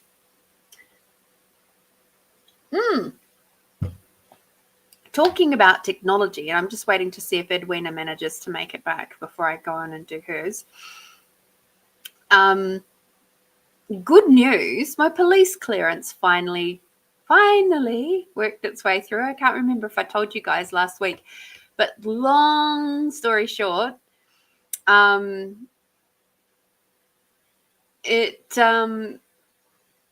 was a glitch in the immigration homeland system, which meant that my passport, because as a Kiwi, I get a visa that's electronically attached to my passport every time I come into the country. And when I leave the country, the current visa is stopped. And then when I come back in, I get issued electronically with a new one. And I've been running on the Hughes name for the last 9 years. And I went to go get my police clearance done. And the glitch at Homeland said, or immigration said, brought up the name of Kelly. which is my first married name. It's not even my second married name, but my first married name. And I'm like, how? So it took 3 weeks to get all of that sorted out, backwards and forwards, backwards and forwards. Oh, finally got it sorted. So my passport and my visa name is now the same name. Yay! Hallelujah! And I was just like, and they want to go digital. They can't even get it right now. And that whole part of the system is all digital and they still can't get it right. So I say, I think it's going to be a very interesting journey over the next 12 months. Oh dear. Hopefully we will be able to keep things in a hybrid system for quite a long time, because I don't know about you, but I actually quite like paper. Paper is good. Paper is very good. All right. Edwina didn't make it back, I don't think. I think she got tired of me of me talking. Poor Edwina. All righty. Wonder if she'll come back. Edwina, where are you? Hang on. Rises on the east, sets on the west. Edwina! I think she's like that way from me. Hang on. Rises on the east, sets on the west. Sets west and west. Yeah, that's right. Had to think about that. I was talking about that the other day, actually, about when I moved here, because I could always feel which way was north in New Zealand. And when I moved here, north felt south and south felt north. I was like 180 degrees the wrong way. And when I took Jared to New Zealand, he finally felt the same. He's like, oh, is that way north? And I'm like, nah, that's south. And he's like, what? And so now for me to figure out which way is north and south, I have to go, right, where does the sun rise and where does it set? And so then I know which way is north. Because I make sure that my hands are pointing the right directions. Because if it's rises in the east and sets in the west, I know that I've got to have the west on my left hand. And then I know which way's north. How good is that? All right. So seeing as Edwina hasn't made it back to us, all right, let's have a look. What is this question? Hi, ma'am. Interesting. I need to ask you a question, please. Do you? My soul needs to learn a lessons. My question is, the relationship I'm going through now, I know it's a lesson I have to learn. Is it possible for your soul to learn the lesson and still end up with this person you have to learn the lesson with? Or is it a lesson to be learned and the cycle is closed and the relationship is then over? Very interesting question. So, first of all, what's your awareness? Second of all, what I would say about this particular question is it depends, because it may not be just one lesson. It could be multiples of lessons. It could be a healing that is required. Maybe not in this particular lifetime. It may be that you've connected in this lifetime to become aware of a past lifetime that has to have some healing. And often, in my experience, once that healing is done, the relationship is no longer needed in this lifetime. I have a very dear friend. She's one of my soul sisters, and on some when I first opened up my Akash, for me, consciously opened up my Akash in this lifetime, I asked some questions about our relationship. And we have been and done everything over our lifetimes. We have been lovers, we have been parents and children, and we have been on opposite sides of wars. We have killed each other. We have plotted revenge. We have, done awful, horrible things to each other. And we've also done amazing, beautiful, creative, glorious things. And this particular lifetime now, we have an agreement that from now on, once we connect, we are there to inspire each other and move forward in a conscious, collective conscious way. We will never, ever be on fighting terms ever again. That's not our path anymore. So in that case, what I'm saying to you is there is a chance that perhaps once that old energetic trauma has been dealt with, but it has to be dealt with on both sides. Once it's been dealt with on both sides, you can both consciously move forward together. If only one of you is doing the work to do the healing, it's going to fall apart regardless, because you've done your healing, you've done the part, and they're still stuck in that old stuff. So they won't move forward with you, and therefore the relationship will end. And I know that from personal experience. So I hope that answers your question. Basically, it depends on how you both are approaching this. You can both come together and then go, oh, wow. Yes, let's do this together. In which case you can be really strong together. And it is possible. But if only one of you is doing the work, soulmates or no,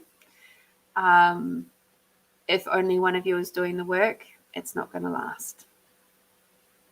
Because you end up vibrating at different levels, and it's not conducive to having a harmonious relationship. It's like having, when you play a piano and somebody hits a bum note, it's like that bum note happens all the time.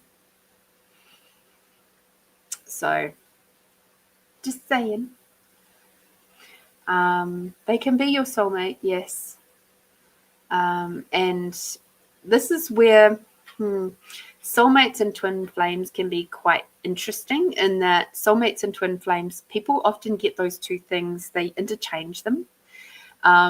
What my personal opinion is that soulmates tend to be able to grow and shift and change together, whereas twin flames, they will be mirroring each other's worst of the worst attributes and occasionally the best, but they will shine that light so brightly on those parts of you that you want to hide from, that are the points where you have to do your greatest healing. And that's so uncomfortable that often people just can't handle that either. And so lots of fights, lots of breaking up, getting back together, breaking up, getting back together, that, because they're trying to give themselves space to cool off. And then they're like, but I still love you. And then they sort of come back together, and then they go, oh my God. So it's really about each person's personal growth rate, and to whether you can do it together or not. So yeah, I'll just quickly ask a question.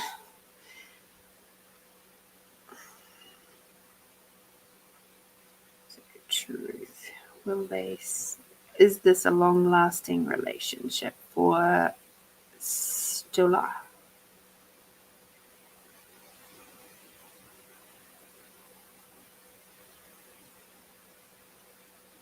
I'm getting a yes on the pendulum, just to let you know. When I asked if it's a long-lasting relationship for you two, I got a yes. Whether you will have another lifetime with them, who knows? Depends on what your higher self and your oversoul has already in the plans for you. Mm-hmm.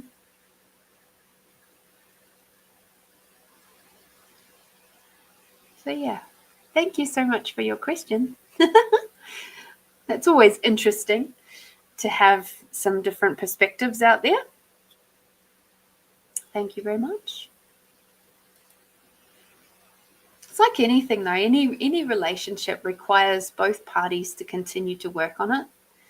It's never going to work if only one person's doing the hard yards, you know. And I think that's the biggest change in relationships. Like I was working with a client, where was it? This week, I think it was. And they straight up said to me, can you ask if they are in their sort of late 50s, maybe early 60s. And they said to me, can you answer me this question? And I said, I can try.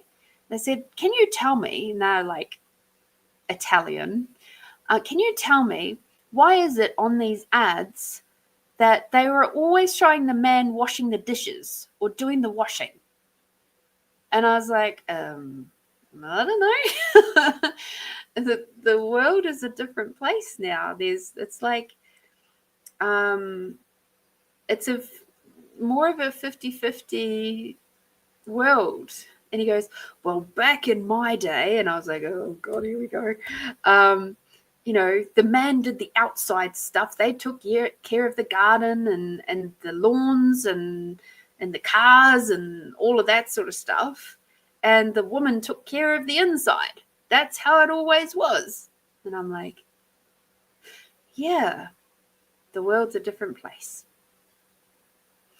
And relationships are like that too. Like it's not just the woman's job anymore to do all the work on the relationship. It's the woman and the man's job, or both parties, depending on your relationship dynamics, whatever you have. So best of luck, Stella. Hope you have success in what you're choosing.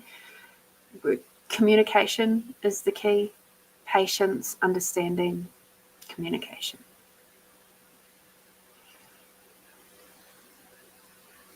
Keep going. Even if it's just for you, keep going. Nanette, why does it matter if you will have more grandchildren? If you've got some, you're very lucky. And if it's destined, it will be. If your children have chosen to not have children, that's okay too. They're allowed to. Not all of us are destined to have children. Just saying. So thank you for your question. But I'm not going to do any stuff on that one. It's, yeah.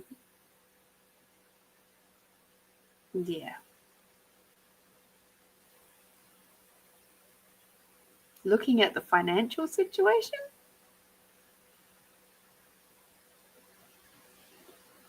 Okay. For whom?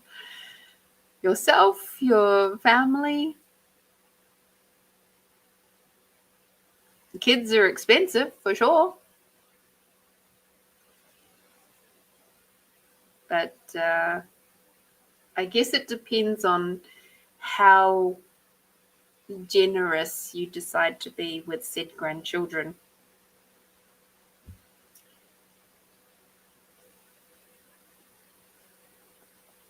I can tell you from my experience, my grandchildren were my grandparents were, the value that they gave us was more in time, not finances so much.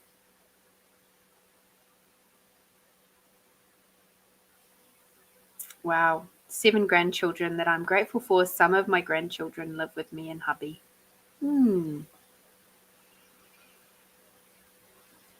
Well, that makes you a very generous, loving grandma, and they are very lucky to have you.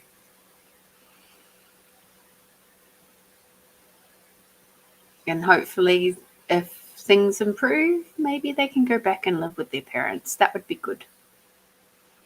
I know it was tough on my mum's parents when mum and dad split up, and mum moved much closer to her. And while we still lived with mum, we did end up spending a lot of time with my grandparents, especially when my mum went back to work. And we would float between the 2 houses a lot. But my granddad didn't care. He'd just get us working out on the farm. So that was free labor. He quite liked it, especially when I started rocking up at his place going, "Can I mow the lawns? Can I drive the tractor?" He thought that was fabulous because it meant that he didn't have to do it. So I would say, Nanette, get out there, like get your grandkids doing the chores and make your life a bit easier. Okay? Teach them some life skills. That's what grandparents are supposed to do. I don't know if you've ever read the book or listened to the book, The Complete Conversations with God by Neil Donald Welsh, but I'm pretty sure it was the 3rd book of that series. I highly recommend listening to all of it, by the way. I'm a big Audible fan. If you're into reading and stuff like that, or Audible, in the world that they talk about, the grandparents would actually be looking after the grandchildren, because the grandparents have a lot of that worldly knowledge that really requires to be passed down to the grandchildren.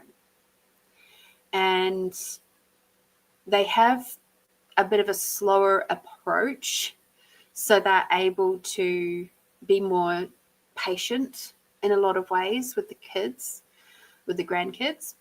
And the parents are actually, in this particular world dynamic thought, wherever we're supposed to be going, the parents would be getting out there and earning income and taking care of things and making sure all of the home stuff is sorted, so that the grandparents can devote themselves to educating the grandchildren. And when I looked at it this way, I went, wow, that's pretty cool. And at no point in that whole dynamic were they talking about, and so that the children can sit down on their devices or watch TV and do nothing. No, it was all about education and teaching the children the lessons that they required to learn moving forward. So, and to make them be good little humans. I'm also a psychic medium, but I could never get a good read on myself. Do you ever experience that? The pandemic hit them hard where they worked. Yes, I totally comprehend that. Yeah, I hear you on the pandemic stuff. When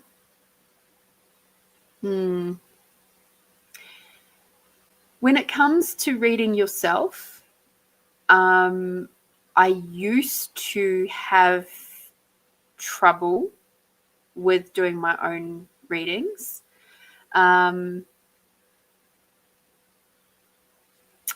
Interesting. Can no longer hear any sound. I haven't moved anything. crystal fine.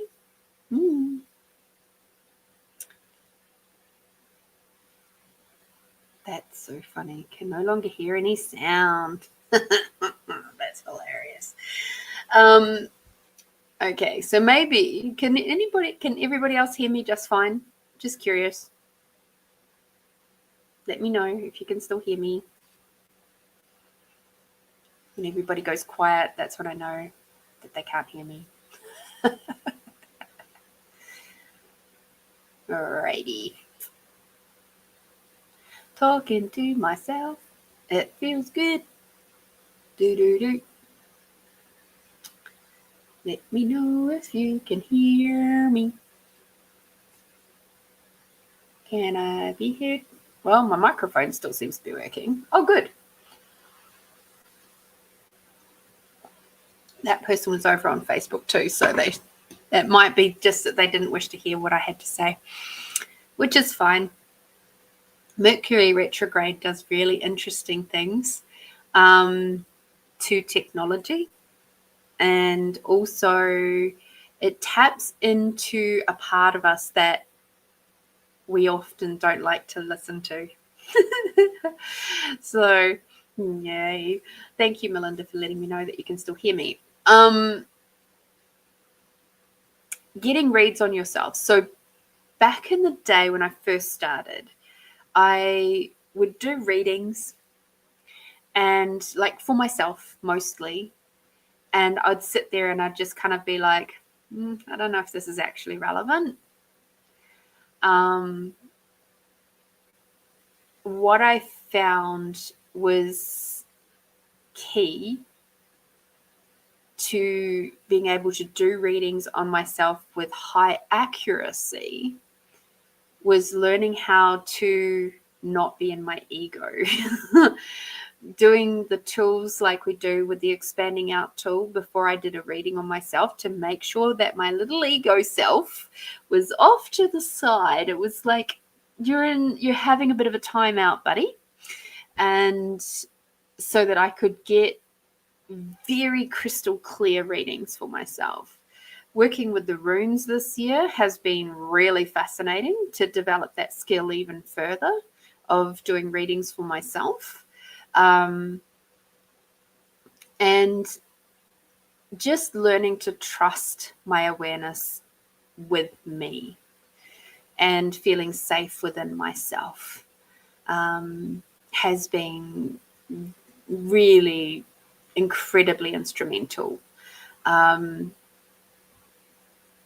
And sometimes it's just easier to get, or not even easier, it's just nice to have confirmation from someone else that the way things were going is exactly what they were meant to be doing. It's like your awareness is spot on.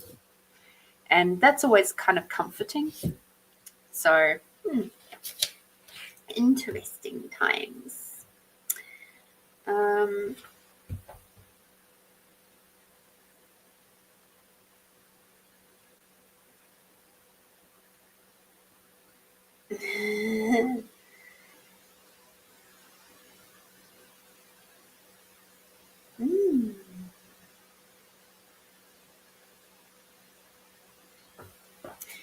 Interesting. Sorry, that just let me on a little bit of a rabbit hole in my brain. All right, let us do our, what do we call it? Oh yeah, the meditation. Let us do our meditation, I think. I think that's where we're up to now. I'm ready. I think you guys are ready. So,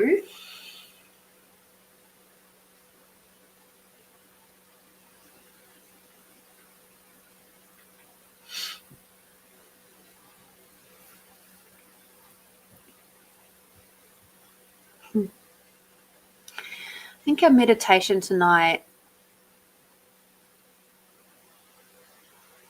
is going to be around embracing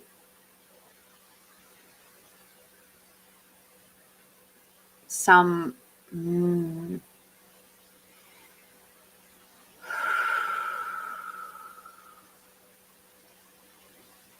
some of the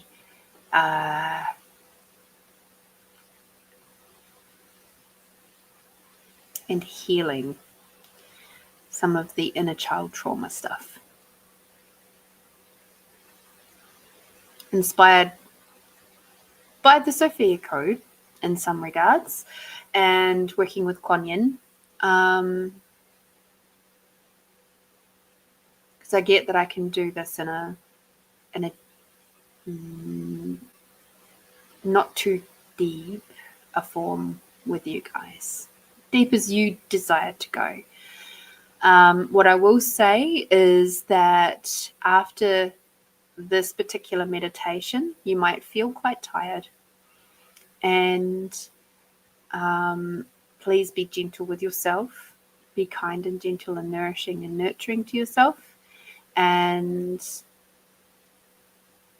just be aware that this week may see you feeling like you don't really wish to be around a lot of harsh energies while you're continuing to integrate this particular energies, okay? This healing. And you might actually find that you come out of this particular meditation and feel absolutely wonderful, and that's fantastic too, okay? So closing your eyes now, taking a lovely big deep breath in.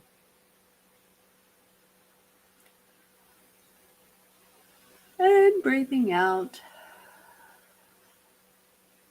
Breathing in, bringing Mother Earth energy all the way up. Breathing out, bringing Father Sky energy all the way down. Breathing in, bringing Mother Earth and the unconditional love all the way up. Breathing out, bringing Father Sky and the gratitude for everything and everyone all the way down.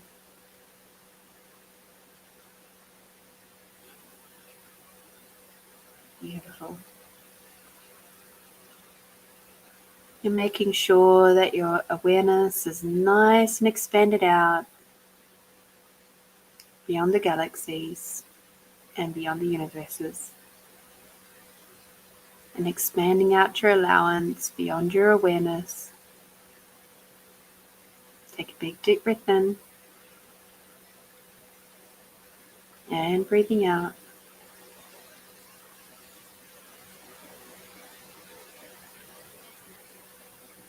So we're going to go up to Theta, because Theta is a beautiful, safe, loving place.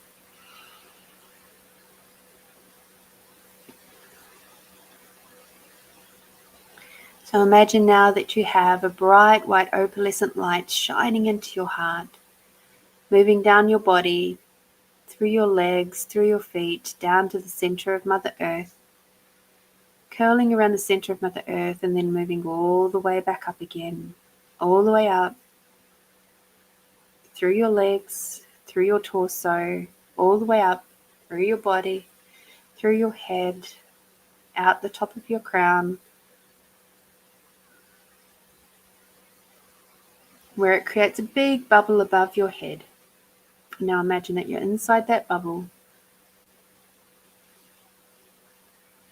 And now that bubble is floating up higher and higher, beyond the golden light and beyond the dark light, beyond the rainbow jelly-like clouds and through the pink misty clouds.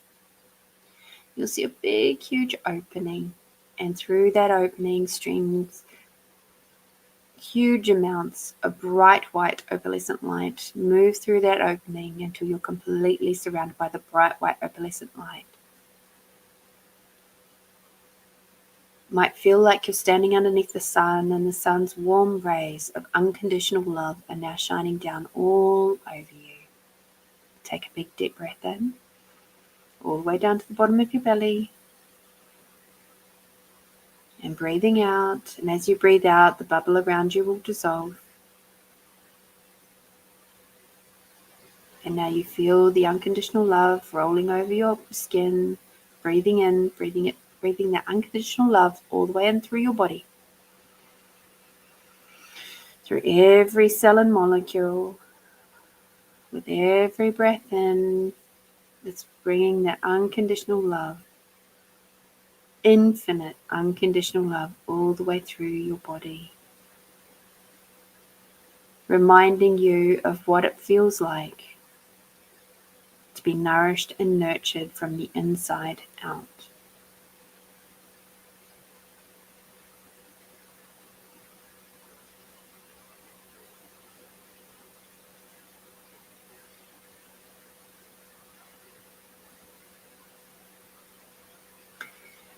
And now I'd like you to imagine that the 7-year-old version of yourself is now before you.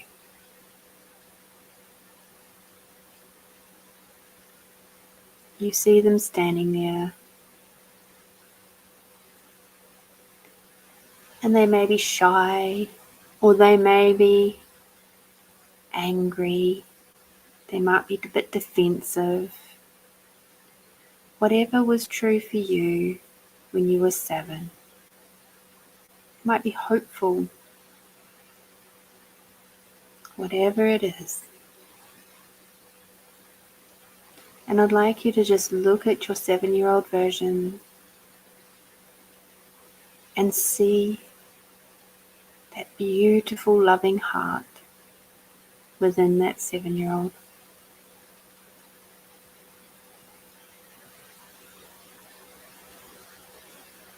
Perceive the childlike wonder that still might be present there.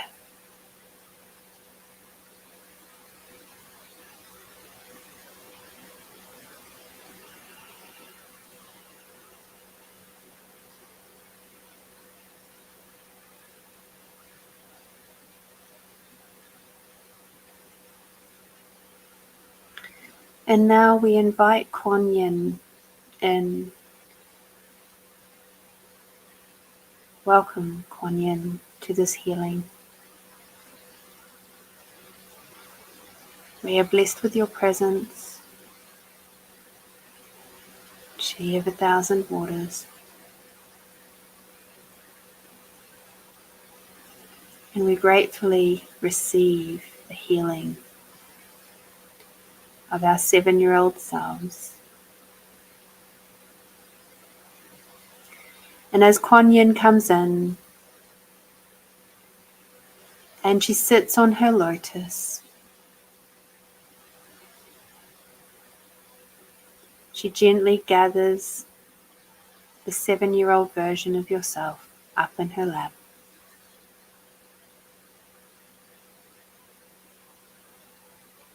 And you can feel on your skin as Kuan Yin's arms wrap around the 7-year-old version of you.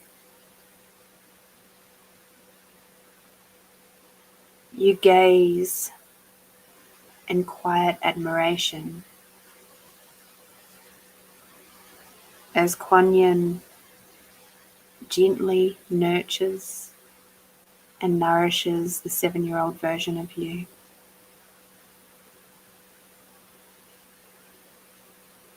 And as she does so, you can feel your breath slowing down, becoming deeper and gentler. You see the 7-year-old version of you doing the same. As Kuan Yin gently strokes the 7-year-old's arm and her hair and the back, allowing the 7-year-old version of you to be soothed and calmed.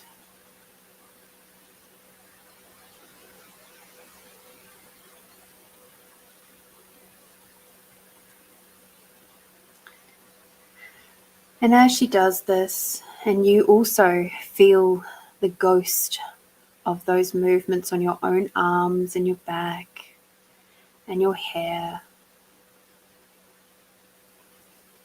you sit down alongside of Kuan Yin on your own beautiful lotus.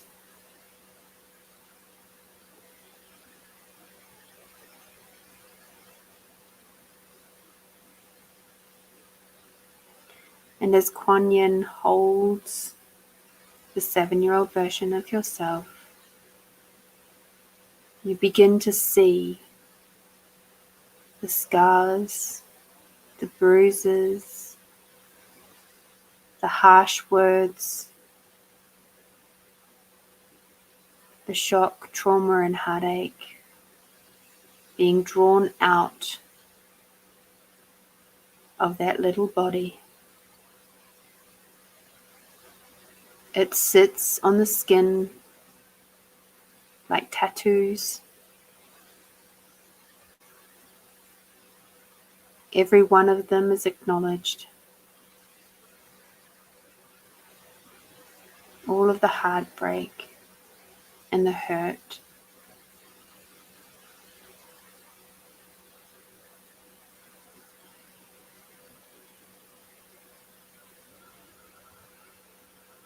Slowly and gently, Kuan Yin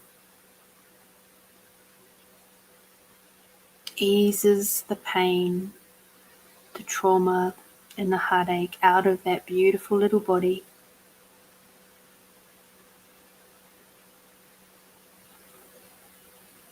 Surrounded by unconditional love of the theta plane.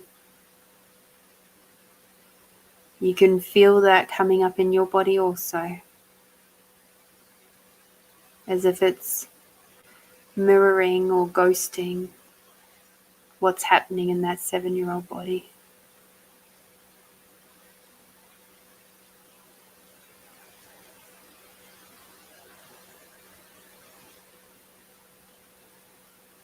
And as Kuan Yin's hands move gently over this little 7-year-old body,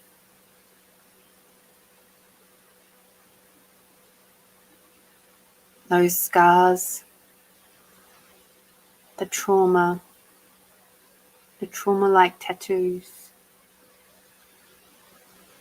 the heartbreak, the hurt, the disappointment, the harsh words that have stuck like needles into that little body by trusted adults, by peers.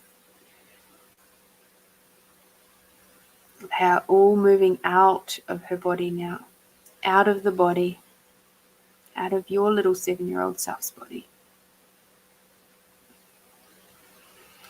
Evaporating and dissipating.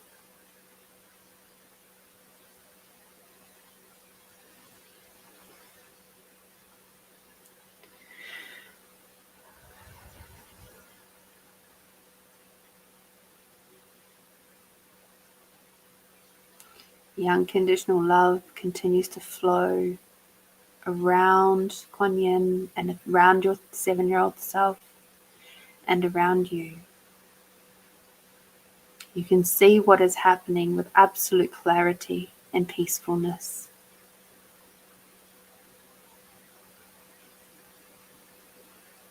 You feel the unconditional love now moving up through the 7-year-old self's feet. And this unconditional love is love from Creator, from you, from your oversoul. Moving up through your body, through that beautiful little 7-year-old's body. Giving her the gift, peace and calm and safety within. The unconditional love, along with Kuan Yin's magic, together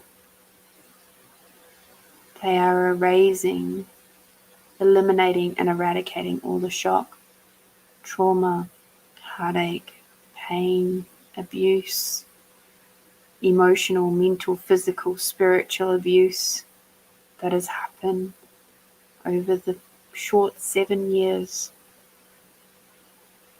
That short 7 years that became the grounding foundation for everything to come. That is all now being removed and eliminated from that 7-year-old body. coming up through the thighs, through the pelvis, in the back, through the belly, all the way out to the skin, coming up through the torso and the heart, through the chest and the shoulders, through all of the internal organs, removing all the pain and the bruises, moving through the arms and the shoulders.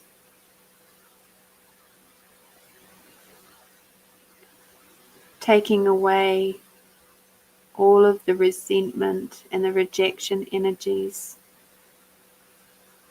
Every time your 7-year-old self reached out for love and support and nourishing and got turned away or hit, all of that is being removed now.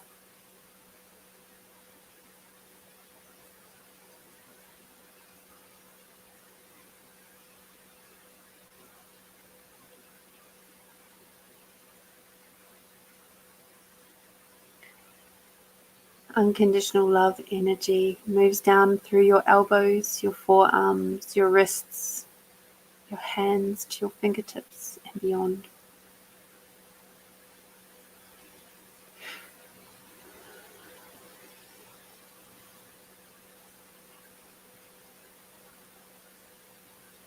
Moving up through your throat and your neck, removing all the painful moments leading up to this point, where you wish to cry out in pain or frustration or anger, or hurt, disappointment, neglect.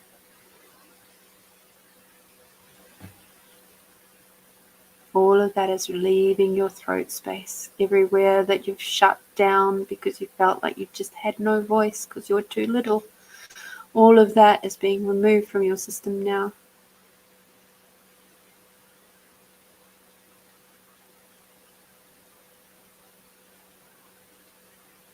You can see all the painful spikes coming out of your throat.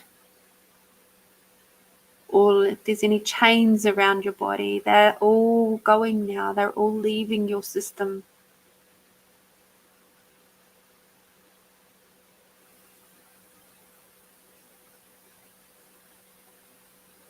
All the times that you felt like somebody was strangling you to keep you quiet, that's all leaving your body now.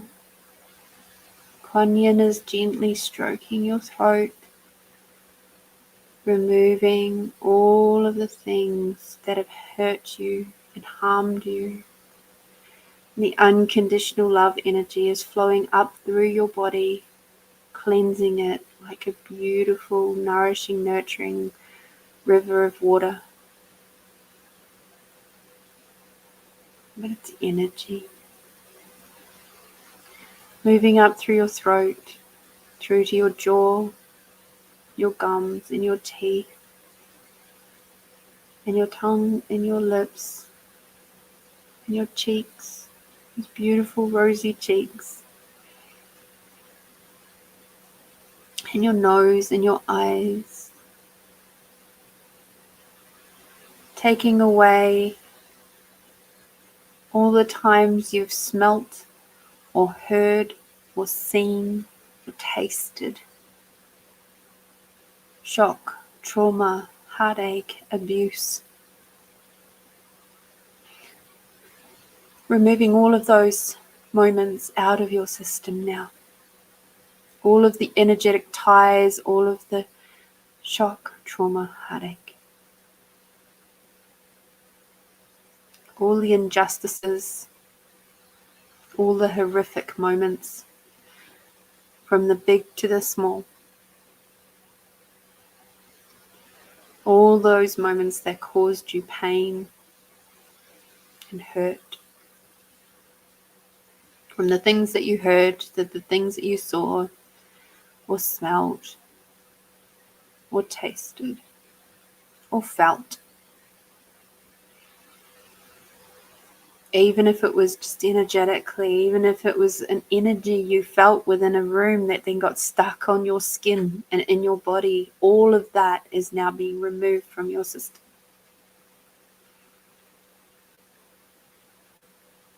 The unconditional love is now moving up through your forehead and your brain.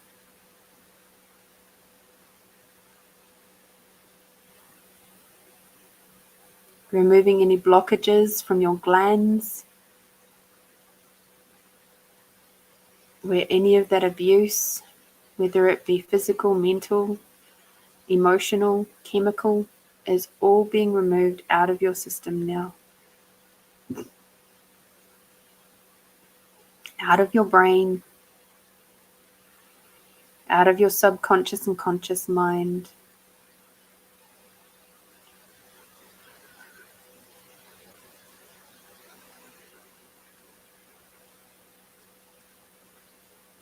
And as Kuan Yin strokes your hair, and you can feel her pulling all of those energies that have kept you stuck and held you captive all this time out of your brain.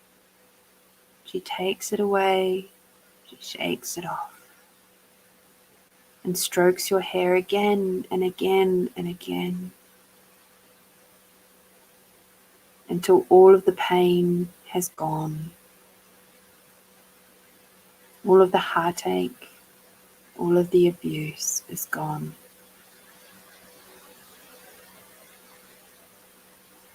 She strokes your crown,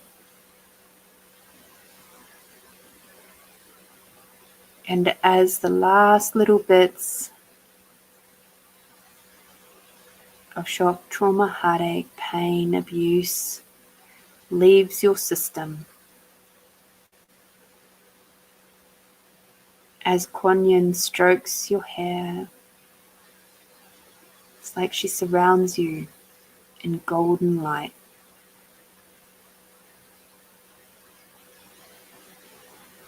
Golden crystalline light.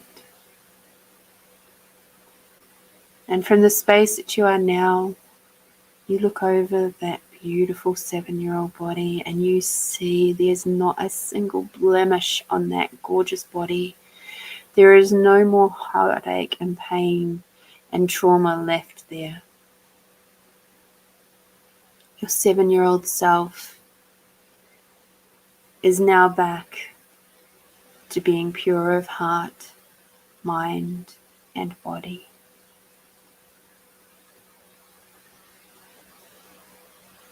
It is not necessarily about forgetting what has happened. It is about forgiving what has happened, so you no longer carry that anymore.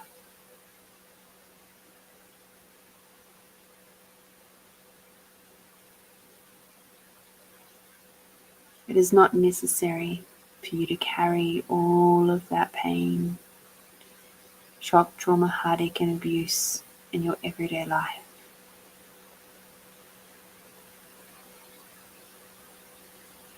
Your 7-year-old self rises gently from Kuan Yin's lap, the biggest, happiest smile on their face, and Kuan Yin lovingly gazes at the 7-year-old self.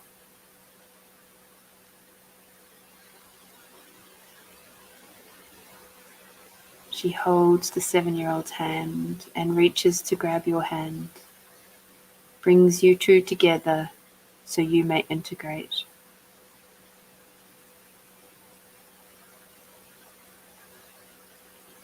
And as the 7-year-old version of you comes into your lap and holds you like a koala bear, and her arms wrap around you and her legs wrap around you,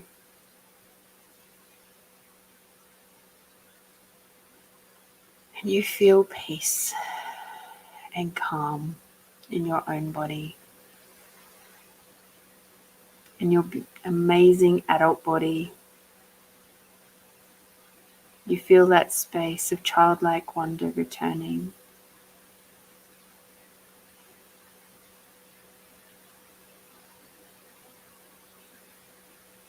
And with great admiration and great gratitude,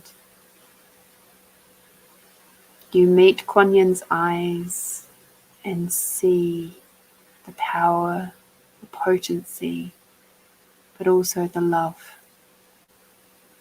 and the comprehension, the deep comprehension for the amount of forgiveness that you just had to do, to let all of that go. She comprehends that. She understands that. And she admires that in you too.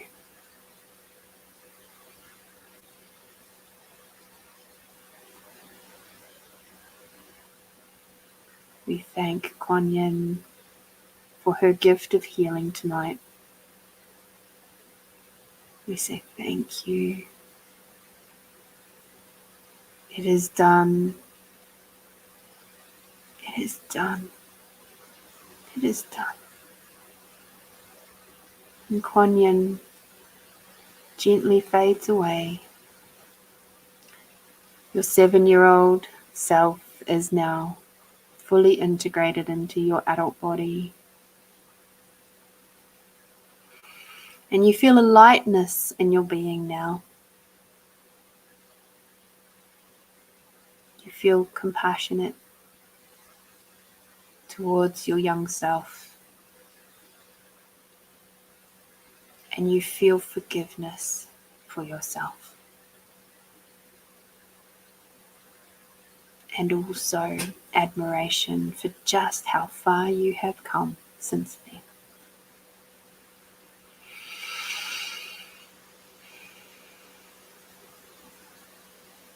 And now we float down out of the 7th plane, down through the pink misty clouds and the rainbow jelly light clouds, moving down through the golden light, back to your own body.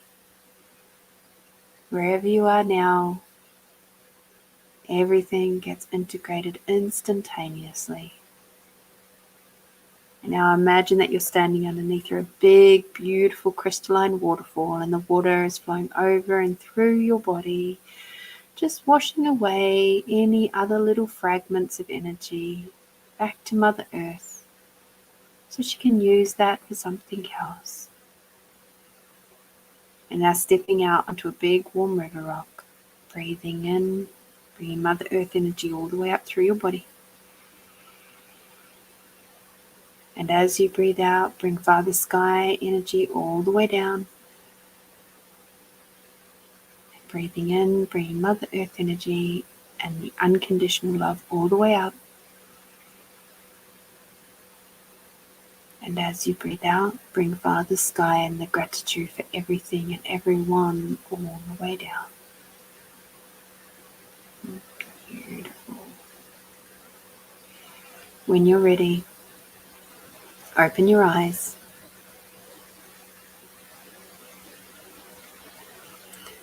For self-care, please remember to drink some water now. You might want to have a little bit of Himalayan or Celtic sea salt. Whenever we do energy healing, the body uses a lot of water and the salts. So please nourish and nurture that part of you. Please take it easy on yourself over this next week. There might be some really interesting energies popping up. Be patient. Be kind with each other. Okay? I hope you enjoyed that. I certainly did.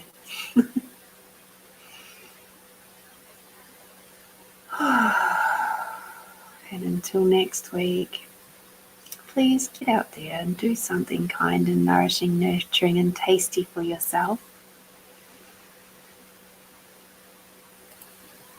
I'm grateful for you too, Melinda.